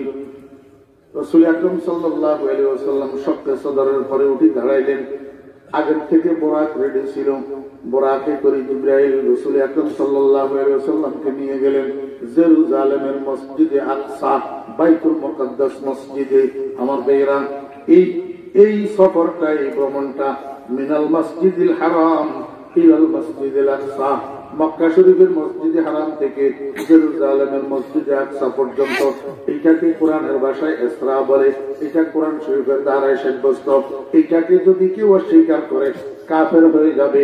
আর মসজিদে আকসা থেকে উপরের দিকের ভ্রমণটাকে মেহরাজ বলে। এটা হাদিসের দ্বারা সাব্যস্ত। আমার বেহরা দোস্ত আহবাব, রাসূল আকরাম সাল্লাল্লাহু আলাইহি ওয়াসাল্লাম যখন বাইতুল মুকাদ্দাস মসজিদের মধ্যে যাইয়া প্রবেশ করলেন, অবাক হয়ে গেছে। দেখে মসজিদ ভর্তি মানুষ আর মানুষ, মানুষ আর মানুষ, সবাই দাঁড়ানো অবস্থায়, আবার কাতার সোজা করা। জিব্রাইলকে জিজ্ঞাসা করে, ভাই জিব্রাইল, এইটা কি কারবার? এত মানুষ কোত্থেকে এলো? উনারা কারা? উনারা এইভাবে দাঁড়ানো অবস্থায় কেন? কাতার কেন সোজা করা? জিব্রাইল আলাইহিস সালাম বলেন, ইয়া রাসূলুল্লাহ, ইনারা সবাই আপনার পূর্বের সমস্ত নবী রাসূলগণ, ১৬ লক্ষ প্রায় নবী রাসূল, উনাদেরকে আল্লাহ পাক এখানে একত্রিত করেছেন একটা কাজের জন্য। ইনারা সবাই একত্রিত হইয়া জামাতের সাথে 2 রাকাত নামাজ পড়বে আপনার পিছনে। এই জন্য ইমামতির মুসল্লাটা খালি, আপনার জন্য অপেক্ষা করতেছে। ইয়া রাসূলুল্লাহ, আপনি দয়া করে শেষ মুসল্লায় যান, 2 রাকাত নামাজের ইমামতি করুন। রাসূল আকরাম সাল্লাল্লাহু আলাইহি ওয়াসাল্লাম শেষ মুসল্লায় যাইয়া 2 রাকাত নামাজের ইমামতি করছেন। আর সমস্ত নবী রাসূলেরা আল্লাহর হাবিবের পিছনে ইক্তেদা করিয়া 2 রাকাত নামাজ আদায় করছেন। দরা মসজিদ ইমামে আম্বিয়া বুদ, দরা মসজিদ ইমামে আম্বিয়া বুদ, সফে পেশি নিয়ারা পেশওয়া বুদ, খোদা দর সরওয়ারা সরদার ইশদাদ, দেখাইলে আম্বিয়া সালার ইশদাদ। এখানে মনোযোগ আছে না? একটা ইম্পর্টেন্ট পয়েন্ট আমি আপনাদেরকে একটু ধরাইয়া দিতে চাই। রাসূল আকরাম সাল্লাল্লাহু আলাইহি ওয়াসাল্লামের ভ্রমণটা শুরু হলো মসজিদে আরাম থেকে, আর এই ভ্রমণটা শেষ হবে সিদরাতুল মুনতাহায়। কোথায়? মনোযোগ আসেনি? এই ভ্রমণটা প্রাথমিকভাবে শেষ হবে কোথায় যাইয়া? সিদরাতুল মুনতাহায়। সিদরাতুল মুনতাহার উপরের দিকে যেটা, সেটা আমাদের জানার দরকার নাই। সিদরাতুল মুনতাহা পর্যন্ত আল্লাহু আকবার নবীজির ভ্রমণ। এখন বিষয়টা হলো সিদরাতুল মুনতাহা যেই জায়গাটা, সেখানে একটা মসজিদ আছে, বাইতুল মামুর, ফেরেশতাদের ইবাদতখানা। এই মসজিদের মধ্যে 5 ওয়াক্ত নামাজের আযান হয়। মসজিদ নববী তথা মুহাম্মদুর রাসূলুল্লাহ সাল্লাল্লাহু আলাইহি ওয়াসাল্লামের মসজিদের আযান শুনিয়া ওই বাইতুল মামুরে ফেরেশতা মুয়াজ্জিন 5 ওয়াক্ত নামাজের আযান দেয়। এটা মক্কা শরীফের খানায়ে কাবা থেকে এমনি সোজা সুইচের মতো উপরে। এখন নবীজি সফর শুরু করলেন মসজিদে হারাম থেকে, যাবেন সিদরাতুল মুনতাহা। তা আল্লাহ পাক সংক্ষিপ্ত সফরে উনাকে সোজা উপরের দিকে না উঠাইয়া ওই জেরুজালেমের বাইতুল মুকাদ্দাস ঘুরাইয়া নিলেন। কেন? আমার ভাইয়েরা, ঘুরাইয়া নিছেন এই নামাজটা 2 রাকাত পড়ানোর জন্য। কেন নামাজ পড়াইলেন? মেরাজের সফরের শুরু নামাজ দিয়া কেন করলেন? দুনিয়ার মানুষকে একটা কথা বোঝানোর জন্য, হে দুনিয়ার মানুষেরা, আল্লাহু আকবার, তোমার জীবনে যত কাজ আছে সবচেয়ে বড় কাজ হলো 5 ওয়াক্ত নামাজ। সবচেয়ে বড় কাজ 5 ওয়াক্ত নামাজ। বেটা, তোর হাল চাষের থেকে নামাজ বড়, তোর চাকরির থেকে নামাজ বড়, তোর ব্যবসার থেকে নামাজ বড়, তোর রাজনীতি থেকে নামাজ বড়, তোর জনসভা থেকে নামাজ বড়, তোর মন্ত্রীগিরির থেকে নামাজ বড়, তোর এমপিগিরির থেকে নামাজ বড়, তোর চেয়ারম্যানগিরির থেকে নামাজ বড়, তোর মেম্বারগিরির থেকে নামাজ বড়, তোর সাল্লিশ দরবারের থেকে নামাজ বড়। যত জায়গায় যত বাট পারি আর কাউকারি করতেছ মুসলমান, সব কিছুর থেকে এই নামাজটা তোমার বড় কাজ। অর্থাৎ সব কাজের থেকে নামাজের প্রতি তোমার গুরুত্ব বেশি দেখতে হবে। এই জিনিসটা বোঝানোর জন্য আল্লাহ পাক মেরাজের সফরটা নামাজ দিয়ে শুরু করছেন। আল্লাহু আকবার। আর একটা জিনিস বোঝানোর জন্য আল্লাহ পাক এই নামাজ দিয়ে শুরু করাইছেন। মেরাজের সফরটা লম্বা সফর। লম্বা না? সিলেটের থেকে চট্টগ্রাম, সিলেটের থেকে ঢাকা, সিলেটের থেকে লন্ডন না দোস্ত, দুনিয়ার থেকে প্রথম আসমান, দুনিয়ার থেকে প্রথম আসমান 500 বছরের রাস্তা, প্রথম আসমান থেকে দ্বিতীয় আসমান 500 বছরের রাস্তা, প্রত্যেক 2 আসমানের মাঝখানে 500 বছরের রাস্তা। এরকম ভাবে সপ্তম আসমানের পরে সিদরাতুল মুনতাহা 70,000 বছরের রাস্তা। কত লম্বা সফর! আবার সেখান থেকে লামকান। আল্লাহ পাক রব্বুল আলামিন কয়, বন্ধু, এত বড় লম্বা সফরটা আপনি করতে যাইতেছেন, এত বড় লম্বা ভ্রমণটা আপনি করতে যাইতেছেন, এত বড় কাজে পাও দিতে যাইতেছেন, একটু কাজটা যেন সহজ হয়, এই জন্য আপনি আমার কাছে সাহায্য চান। কি দিয়া সাহায্য চাইবেন? ইয়া আইয়ুহাল্লাযীনা আমানুস্তাঈনু বিস-সাবরি ওয়াস-সালাহ।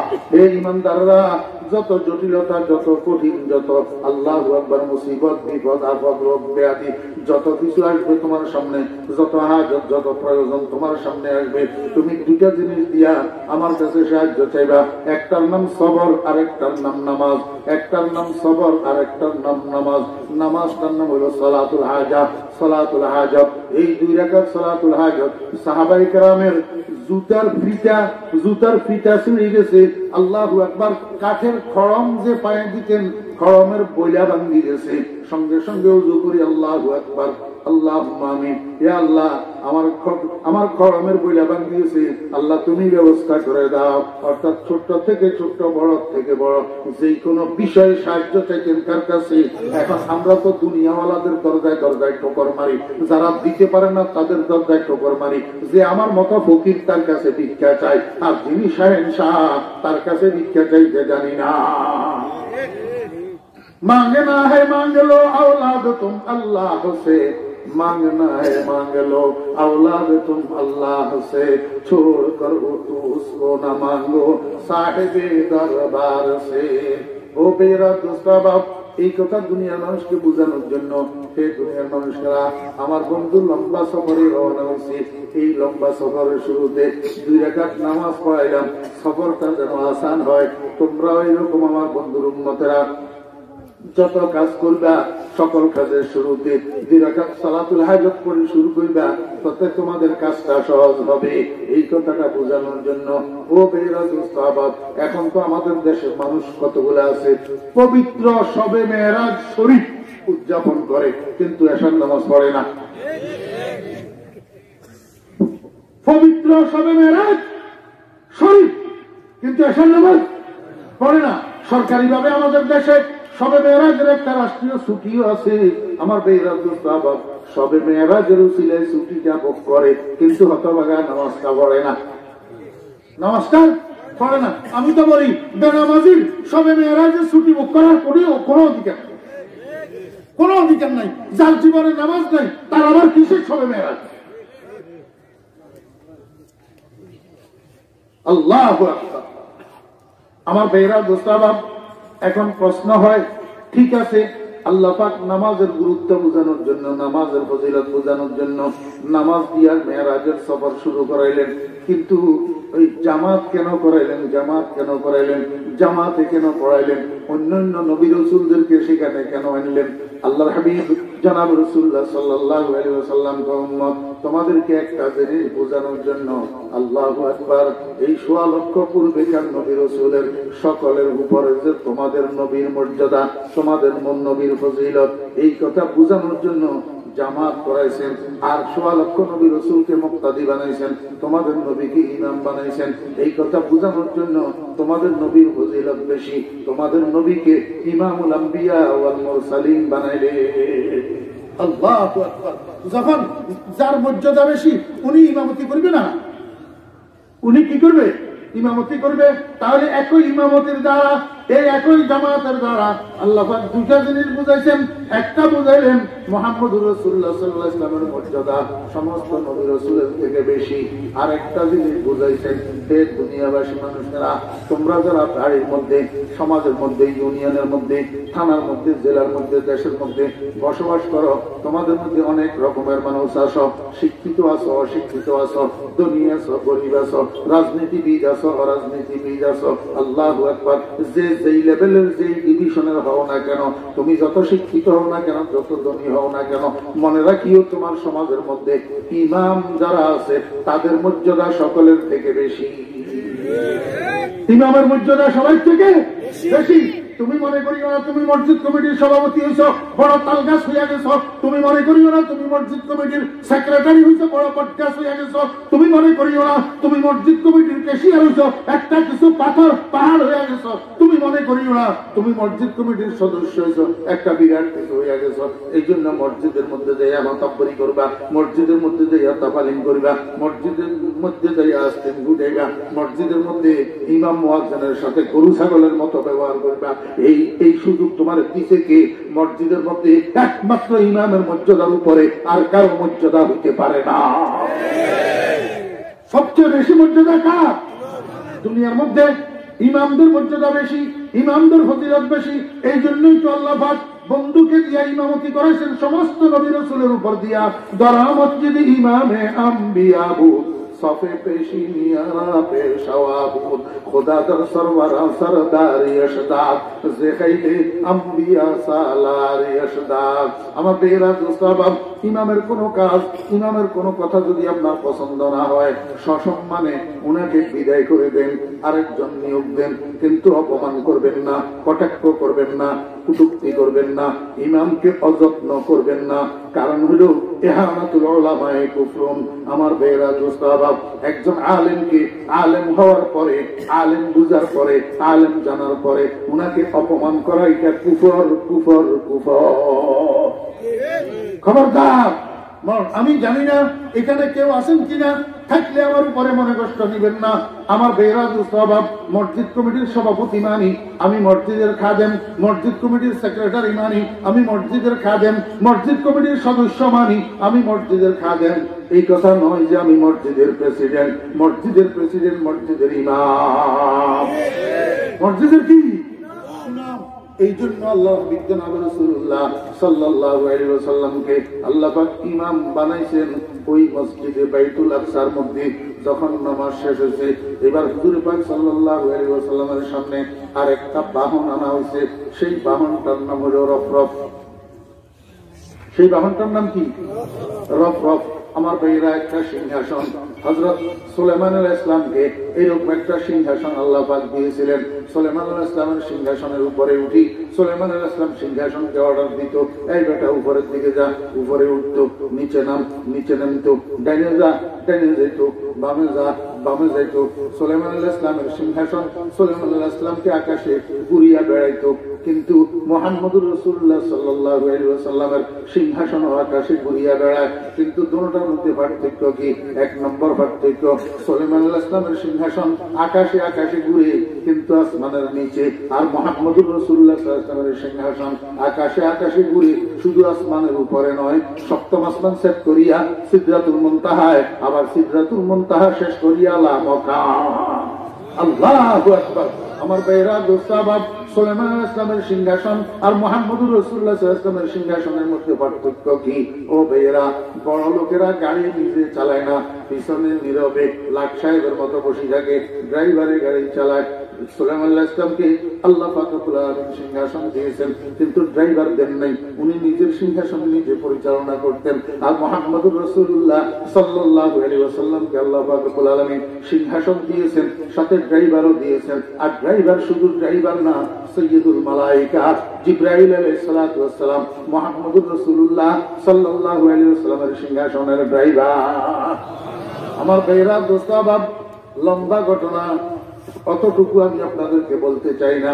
একেবারে সর্বশেষ রাসূল আকরাম সাল্লাল্লাহু আলাইহি ওয়াসাল্লাম গেলেন সিদরাতুল মুনতাহায়। সিদরাতুল মুনতাহা এটা একটা সীমানা। সিদরা মানে বড়ই গাছ, মুনতাহা মানে সীমানা। তো সিদরাতুল মুনতাহা মানে সীমানার বড়ই গাছ। কিসের সীমানা? এটা খালেকার মাখলুকের, স্রষ্টা এবং সৃষ্টির রেসিডেন্সিয়াল এরিয়ার বর্ডারের সীমানা। আমার ভাইয়েরা, এই পর্যন্ত যখন জিবরাইল গেছে, জিবরাইল বলে, ইয়া রাসূলুল্লাহ, আগার একসরে মোহে বরতর পরম ফুরুগে তাজাল্লি বসুজদ পরম। ইয়া রাসূলুল্লাহ, এই পর্যন্ত আমার জন্য এডমিশন, এর সামনের দিকে যাওয়ার অনুমতি নেই। একটা চুল বরাবর যদি আমি সামনের দিকে অগ্রসর হই, আমার 600 ডানা জ্বলিয়া ছাই হইয়া যাবে। এই জন্য সামনের দিকে আর আমি যেতে পারলাম না। ইয়া রাসূলুল্লাহ, এইখান থেকে আপনি আল্লাহ পাক রব্বুল আলামিনের স্পেশাল ব্যবস্থাপনায় যাবেন। এখন আমার জিজ্ঞাসা হইল আপনাদের কাছে, জিবরাইল আলাইহিস সালাম তো গেলেন না, যাইতে পারলেন না, বললেন সামনের দিকে গেলে আমার ডানা ফাঁকা জ্বলিয়া ছাই হইয়া যাবে। কিন্তু রাসূল আকরাম সাল্লাল্লাহু আলাইহি ওয়াসাল্লামের সাথে কেরামান কাতিবিন যে ছিল, তারা গেল কোথায়? হ্যাঁ, চিন্তা করার বিষয় না। জিবরাইল তো গেল না, জিবরাইল যেতে পারল না, কিন্তু রাসূল আকরাম সাল্লাল্লাহু আলাইহি ওয়াসাল্লামের সাথে কেরামান কাতিবিন তো ছিল, তারা কই গেল? আমার ভাইয়েরা দোস্ত, জিবরাইল যাইতে পারে নাই, যেটা ঠিক, কিন্তু কেরামান কাতিবিন ঠিক মতো গেছে জায়গা পর্যন্ত, এটাও ঠিক। এটাও তাহলে জিবরাইল যেতে পারলেন না, কেরামান কাতিবিন কেমনে গেলেন? ও বেরা দোস্ত আহবাব, ফেরেশতাদের দুইটা আকৃতি আছে, একটা হলো তাদের অরিজিনাল আকৃতি, আর একটা হলো পরিবর্তিত আকৃতি। ফেরেশতাদের বডি হলো আলোর তৈরি, জিসমুন নূরিয়ুন ইয়াতাশাক্কালু বিআশকালিন মুখতালিফাতিন, নূরের তৈরি বডি, বিভিন্ন আকৃতিতে তারা আকৃতি পাল্টাই আকৃতি ধারণ করতে পারে। কখনো মানুষের আকৃতি হয়ে যায়, কখনো সাপের আকৃতি হয়ে যায়, কখনো বিড়ালের আকৃতি হয়ে যেতে পারে, কখনো কুকুরের আকৃতি হয়ে যেতে পারে, কখনো আস্তা গাছ একটা আকৃতি হয়ে যেতে পারে। এইটা ফেরেশতাদের জন্য সম্ভব। রাসূল আকরাম সাল্লাল্লাহু আলাইহি ওয়াসাল্লামের সাথে মেরাজের সফরে জিবরাইল যে ছিলেন, উনি উনার অরিজিনাল আকৃতিতে ছিলেন। আল্লাহু আকবার। উনার সূরতে হাকিকিয়ার মধ্যে ছিলেন, এই জন্য যাইতে পারে নাই। কিন্তু কেরামান কাতিবিন যে রাসূল আকরাম সাল্লাল্লাহু আলাইহি ওয়াসাল্লামের সাথে ছিলেন, তারা তাদের অরিজিনাল আকৃতিতে ছিল না। তাদের আকৃতি মুহাম্মদুর রাসূলুল্লাহ সাল্লাল্লাহু আলাইহি ওয়াসাল্লামের জাতে কেরামের মধ্যে বিলুপ্ত ছিল। এই জন্য তারা যেতে পারছে, কিন্তু জিবরাইল যেতে পারে নাই। তো কেরামান কাতিবিন গেছে তো সেখানে যাইয়া কি করছে আমার ভাইয়েরা দোস্ত আহবাব, যাইয়া কি করছে গোড়ার দিন রাসূল আকরাম সাল্লাল্লাহু আলাইহি ওয়াসাল্লামের মেরাজের রজনী শেষে সকাল বেলায় সাহাবীদের সামনে যখন মেরাজের ঘটনা বর্ণনা করতেছেন, সাহাবী একজন দাঁড়াইয়া কয়, ইয়া রাসূলুল্লাহ, আপনি কি তাহলে সেখানে লামকানের মধ্যে আল্লাহ পাকের দেখছেন কিনা? রাসূল আকরাম সাল্লাল্লাহু আলাইহি ওয়াসাল্লাম কয়, হ্যাঁ, নিঃসন্দেহে আমার বন্ধুর সাথে আমার সাক্ষাৎ হয়েছে। ওয়ালাকাদ রাআহু নাজলাতান উখরা ইনদা সিদরাতিল মুনতাহা, বন্ধুর সাথে দেখা হয়েছে। এখন সাহাবী কয়, ইয়া রাসূলুল্লাহ, কেমন দেখলেন? দেখতে কিরকম? আল্লাহু আকবার। রাসূল আকরাম সাল্লাল্লাহু আলাইহি ওয়াসাল্লাম কয়, খবরদার, জিহ্বা সামলাইয়া প্রশ্ন করো। বদিদা চেকে আযদিদান বিরুবুদ, বদিদা চেকে আযদিদান বিরুবুদ, মাফরুসাজ মাঝে কাইফিয়াতে কে চুবুদ। আমি দেখছি আমার বন্ধুকে, কিন্তু কিরকম দেখছি, কেমন দেখছি, এটা তোমরা আমাকে জিজ্ঞাসা করিও না। জিজ্ঞাসা করলে আমি তোমাদেরকে এই দর্শন বুঝাইতে পারবো না। সাহাবী কয়, ইয়া রাসূলুল্লাহ, আল্লাহর সাথে আপনার কথা হয়েছে নি? কয় যে হ্যাঁ, অবশ্যই বন্ধুর সাথে আমার কথা হয়েছে, আমার বন্ধুর সাথে আমার কথা হয়েছে। সাহাবী কয়, ইয়া রাসূলুল্লাহ, কিরকম কথা? আল্লাহ পাকের কথাগুলো কিরকম কিরকম শুনলেন? রাসূল আকরাম সাল্লাল্লাহু আলাইহি ওয়াসাল্লাম কয়, খবরদার, এই প্রশ্ন আর করিও না। শনিদাগা কালামে নাইব আওয়াজ, শনিদাগা কালামে নাইব আওয়াজ, মানি দর মানি রাজে বারাজ। আল্লাহর হাবিব কয়, আমি এমন কতগুলা কথাবার্তা শুনছি, যেই কথাগুলোর মধ্যে না আছে শব্দ, না আছে অর্থ, না আছে সাউন্ড, না আছে আওয়াজ। এমন কিছু কথা আমি শুনছি, কিরকম কিরকম সেটা তোমাদেরকে বোঝানো আমার পক্ষে সম্ভব না। শনিদাগা কালামে নাইব আওয়াজ, মানি দর মানি রাজে বারাজ। আমার বেজরা, যে কথার মধ্যে শব্দ নাই, যে কথার মধ্যে সাউন্ড নাই, এই কথা কেরামান কাতিবিনে কেমনে শুনবো? এই জন্য কেরামান কাতিবিন বেটকাইয়া ছিল। আল্লাহ এবং আল্লাহর বন্ধুর মধ্যে কথোপকথন হয়েছে, কেরামান কাতিবিন কিচ্ছু শুনে নাই। মিয়ানে আশিক ও মাশুক চেরমজি, মিয়ানে আশিক ও মাশুক চেরমজি, কেরামান কাতিবিরা হাম খবর নিস। এরকম একটা ঘটনা দুনিয়াতেও ঘটছে, দুনিয়াতেও ঘটছে। তো হযরত হাসান হুসাইন রাদিয়াল্লাহু আনহুমা, হযরত ফাতেমা রাদিয়াল্লাহু আনহার দুই শিশু বাচ্চা, আল্লাহু আকবার, হ্যাঁ, শিশু বাচ্চা, দুই শিশু বাচ্চা।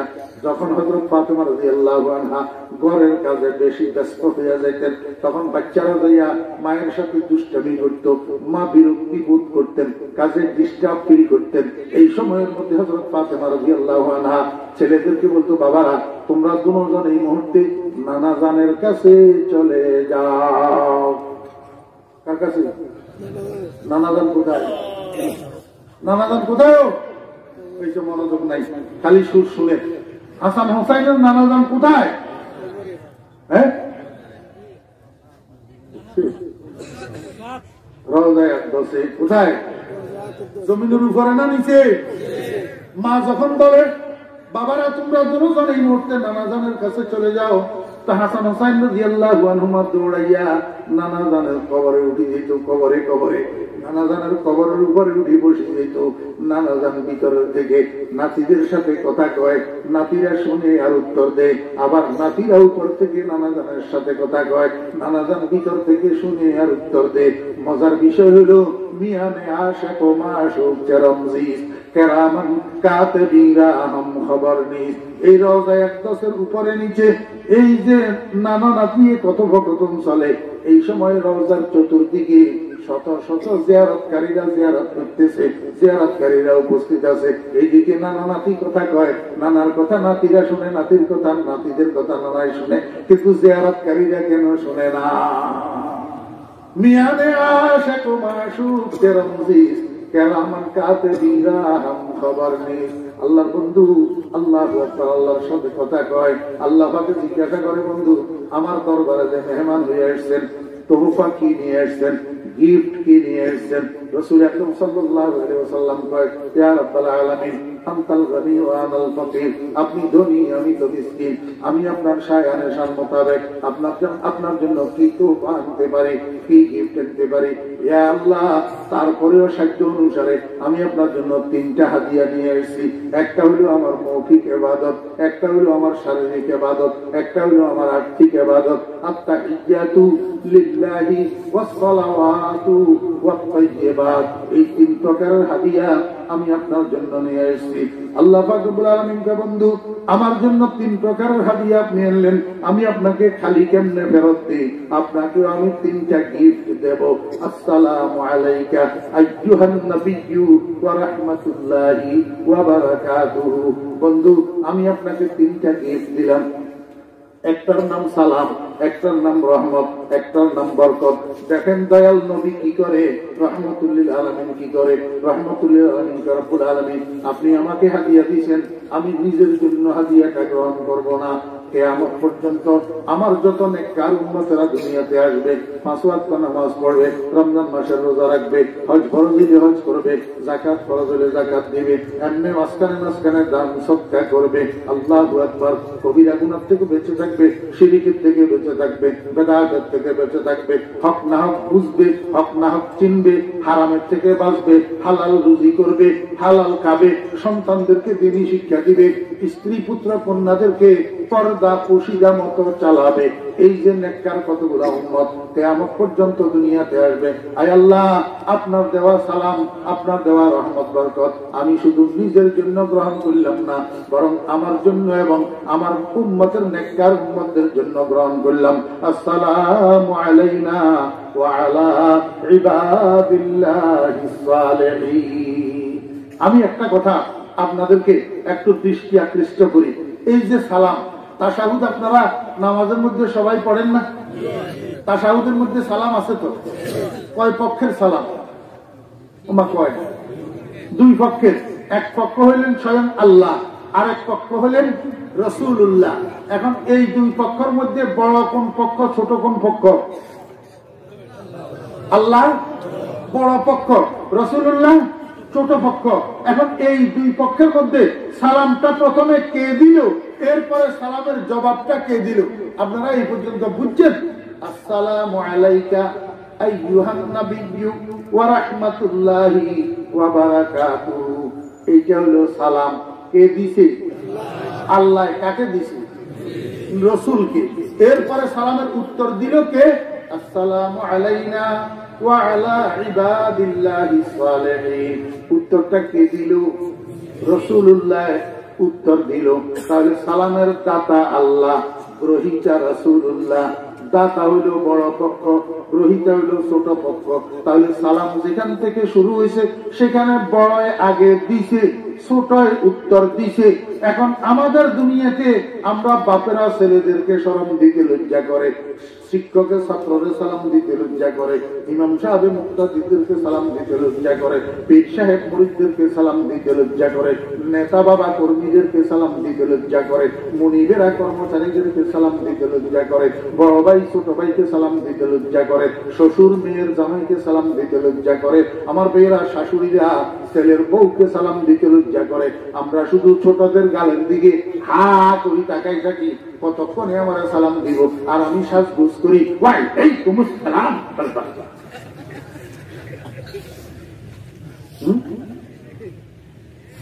সালাম আগে কে দিবে? বড় ছোট্ট বাচ্চা মোহাম্মদিয়া মাদ্রাসার ছাত্র, মাদ্রাসা ছুটি হয়েছে, বাসার দিকে যাইতেছে, রাস্তায় মুরব্বী একজনের সাথে দেখা, সালাম দে নাই। কি দেনি? সালাম দে নাই।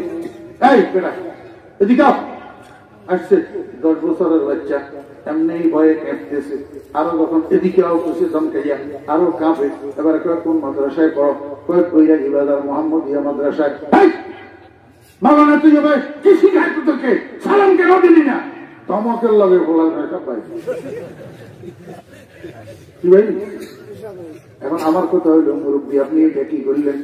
আপনার ছেলেরে 10,000 বার বাবা বাবা বাবা বাবা বাবা ডাকিয়া ডাকিয়া বাবা ডাকা শিখাইলেন। 10,000 বার আপনার নাতিরে দাদা দাদা দাদা দাদা ডাকিয়া ডাকিয়া দাদা ডাকা শিখাইলেন। আপনি একটা মাদ্রাসার ছাত্ররে একবার আগে সালাম দিয়া সালাম কেন শিখাইতে পারলেন না? আপনি আগে দিতে পারলেন না সালামটা? আপনার কি শরম লাগছিল নি সালাম দিতে? সালাম যে দে সে 90 নেকি পায়, আর যে উত্তর দে সে পায় 10 নেকি। টাকার বেলায় তো আপনি আগে আগে হেঁটতেন, এখন সালামের বেলায় এসছে আপনি দিতে কেন? রাসূল আকরাম সাল্লাল্লাহু আলাইহি ওয়াসাল্লাম বলেন, আফসুস সালাম তাহাবাবতুম, আফসুস সালাম তাহাবাবতুম। হে আমার উম্মতেরা, তোমরা সালামের প্রচলন করো, সালামের প্রসার ঘটাও, বেশি বেশি করে সালাম দাও। বড়রে ছোটরে সালাম দাও, ছোটরে বড়রে সালাম দাও। ঘরে ঢুকার সময় সালাম দাও, ঘর থেকে বাইরে হওয়ার সময় সালাম দাও। নাতি আসিকে খুঁজছে সালাম দাও, ঘরে ঢুকার পরে ছেলের বউ সামনে পড়ছে সালাম দাও, নিজের বউ সামনে পড়ছে সালাম দাও। বাপের ছেলেরে সালাম দাও, ছেলে বাপের সালাম দাও। যেই ঘরের মধ্যে সালামের প্রচলন থাকবে, খোদার কসম সেই ঘরের মধ্যে ঝগড়া ঝাঁটি থাকবে না, বাপে বেটায় ঝগড়া থাকবে না, ভাইয়ে ভাইয়ে ঝগড়া থাকবে না, বউ শাশুড়িয়ে ঝগড়া থাকবে না, ননদ ভাবিয়ে ঝগড়া থাকবে না। মহব্বতের ডিপু হয়ে যাবে, মহব্বতের আল্লাহু আকবার খজিনা হয়ে যাবে যেই ঘরের মধ্যে সালামের প্রচলন থাকবে। এটা বুঝিত রানি রেবা, বুঝিত রানি। এটা মুরব্বী আপনার আজকে ঘরে যাওয়ার বাদে যখন বুড়ি আপনার সামনে আইবা তো সালাম দিতানি, দিতানি সালাম সবাই লজ্জা করতানি হলো। এত বড় সম্মেলন 2 দিনের, কি নিয়ে যাবেন এখান থেকে? কি সুন্দর সুন্দর আলিশান আলিশান বয়ান, কিন্তু আপনি কি নিয়ে গেলেন? আমার ভাইয়েরা, একটা ডোজ নিয়ে যান। 5 ওয়াক্ত নামাজ সবচেয়ে বড় কাজ, আর একটা ডোজ নিয়ে যান। যে কোনো কাজের শুরুতে 2 রাকাত নামাজ পড়ে কাজটা শুরু করবেন। আর একটা ডোজ নিয়ে যান।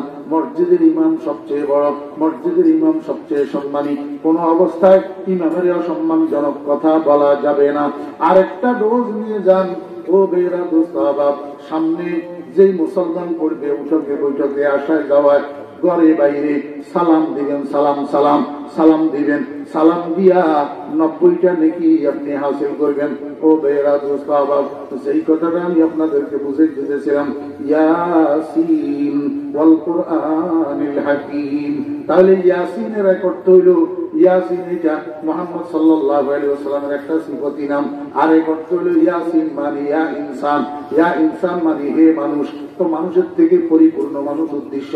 তো পরিপূর্ণ মানুষকে মুহাম্মদুর রাসূলুল্লাহ সাল্লাল্লাহু আলাইহি ওয়াসাল্লাম, মুহাম্মদুর রাসূলুল্লাহ সাল্লাল্লাহু আলাইহি ওয়াসাল্লাম পরিপূর্ণ মানুষ। তার প্রমাণ ওই মেরাজের সফরে মসজিদে আকসায় সমস্ত নবী রাসূলেরা সবাই মুক্তাদি, আর ইমাম মুহাম্মদুর রাসূলুল্লাহ সাল্লাল্লাহু আলাইহি ওয়াসাল্লাম। এটাই হলো মুহাম্মদুর রাসূলুল্লাহ সাল্লাল্লাহু আলাইহি ওয়াসাল্লামের কামালিয়াতের প্রমাণ। তো ইয়া মুহাম্মদ বলেন, ইয়াসিন বলেন, দুটোটা তো এক কথা। রাসূল আকরাম সাল্লাল্লাহু আলাইহি ওয়াসাল্লামের প্রতি সম্বোধন। আল্লাহ পাক রব্বুল আলামিন রাসূল আকরাম সাল্লাল্লাহু আলাইহি ওয়াসাল্লামকে সম্বোধন করে বলতেছেন, ইয়াসিন, হে মুহাম্মদ সাল্লাল্লাহু আলাইহি ওয়াসাল্লাম, হে আমার রাসূল। আল্লাহ পাক বলেন, ওয়াল কুরআনিল হাকীম, কুরআনে হাকীমের শপথ করতেছেন। কুরআনে হাকীমের, ও ভাইয়েরা, কুরআনে হাকীমের শপথ করি। আল্লাহ পাক কি বলেন? ইন্নাকা লামিনাল মুরসালিন, নিশ্চয় নিশ্চয়। ইন্না এক তাকিদ, কাফে খেতাব আর এক তাকিদ, লামে তাকিদ আর এক তাকিদ, 3 তাকিদ একসাথে করিয়া আল্লাহ পাক বলেন ইন্নাকা লামিনাল মুরসালিন, নিশ্চয় নিশ্চয় নিশ্চয় আপনি আমার প্রেরিত রাসূলগণের মধ্য থেকে একজন, আপনি আমার প্রেরিত রাসূলগণের মধ্য থেকে একজন। বন্ধু, আপনি মন খারাপ করিয়েন না, আপনি টেনশন করিয়েন না।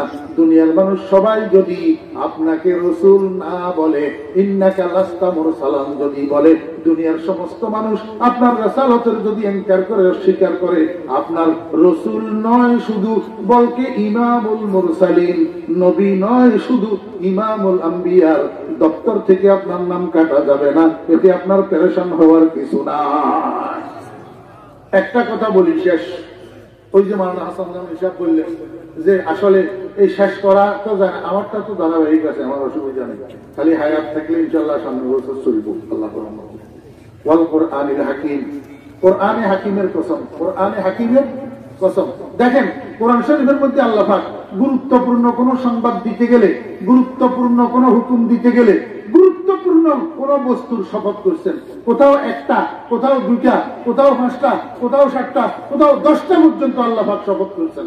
ওয়াদুহা ওয়াল্লাইলি ইযা সাজা ওয়াল্লাইলি إذا يغشى الله أكبر والفجر وليال عشر والعصر إن الإنسان لفي خسر والتين والزيتون। জায়গায় জায়গায় জায়গায় জায়গায় আল্লাহ পাক গুরুত্বপূর্ণ গুরুত্বপূর্ণ বস্তুসমূহের কসম করছেন। কিন্তু আল্লাহর নবীর রিসালাত সাব্যস্ত করার জন্য যখন কসমের প্রশ্ন আসছে, তখন সেখানে আল্লাহ পাক অন্য কিছুর কসম করে না, সেখানে করে ওয়াল কোরআনিল হাকিম। আল্লাহ পাক এক এক জায়গায় কোথাও ফজরের কসম, কোথাও যোহরের কসম, কোথাও চাষের সময়ের কসম, কোথাও আসরের সময়ের কসম, কোথাও এশার সময়ের কসম, আবার বেরা, কোথাও তিনের কসম, কোথাও জাইতুনের কসম। ও আল্লাহ, কোথাও বুরুজ ওয়াল আসমানের কসম, কোথাও শুক্রবারের কসম, কোথাও ইয়মে আরাফার কসম, কোথাও কিয়ামতের দিনের কসম। কিন্তু রাসূলের রিসালাত সাব্যস্ত করার ক্ষেত্রে যখন আসছে, তখন আল্লাহ পাক অন্য কিছুর কসম করে না, তখন কসম করে কোরআনের। তখন কসম করে কিসের? কোরআনের। কি জন্য কোরআনের কসম করে? দুনিয়ার মানুষকে এই কথা বোঝানোর জন্য, হে দুনিয়ার মানুষেরা, আমার রাসূল আর আমার কোরআন দোনোটা এক, দোনোটা অভিন্ন, দোনোটার মধ্যে কোনো বিভক্তি নাই। দুনিয়ার কোনো মানুষ যদি রাসূল আর কোরআনের মধ্যে বিভক্তি মনে করো, তোমার মতো বোকা দুনিয়াতে আর নাই। তুমি রাসূল মানবা, কোরআন মানবা না, এমনটা হবে না। কোরআন মানবা, রাসূল মানবা না, এমনটা হবে না। যদি রাসূল মানা, কোরআনও মানতে হবে। কারণ একটা হলো পাঠ্যপুস্তক আর একটা হলো শিক্ষক, একটা হলো পাঠ্যপুস্তক আর একটা হলো শিক্ষক, একটা হলো আলো আর একটা হলো সেই আলোর প্রজ্বলনকারী। অতএব একটার থেকে একটাকে পৃথক করে দেখার কোনো সুযোগ নাই।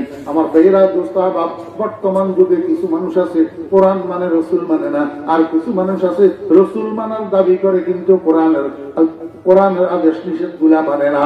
ও ভাইয়েরা, দোস্ত আহবাব, দেখেন না, প্রতি বছর একবার যায় মক্কা শরীফ উমরা করার জন্য, প্রতি বছর একবার যায় মদিনা শরীফ নবীজির রওজা জিয়ারত করার জন্য, কিন্তু কোরআনের বিধানগুলা মানে না। কোরআনের বিধানগুলা কি মানে না? এই কথাটা বোঝানোর জন্য আল্লাহ পাক রব্বুল আলামিন আল্লাহর বন্ধুর রিসালাত সাব্যস্ত করতে যায় কোরআনের কসম করছেন, ওয়াল কোরআনিল হাকিম। এই হাকিম কি হাকিম? এখন এই টাইম শেষ, আল্লাহ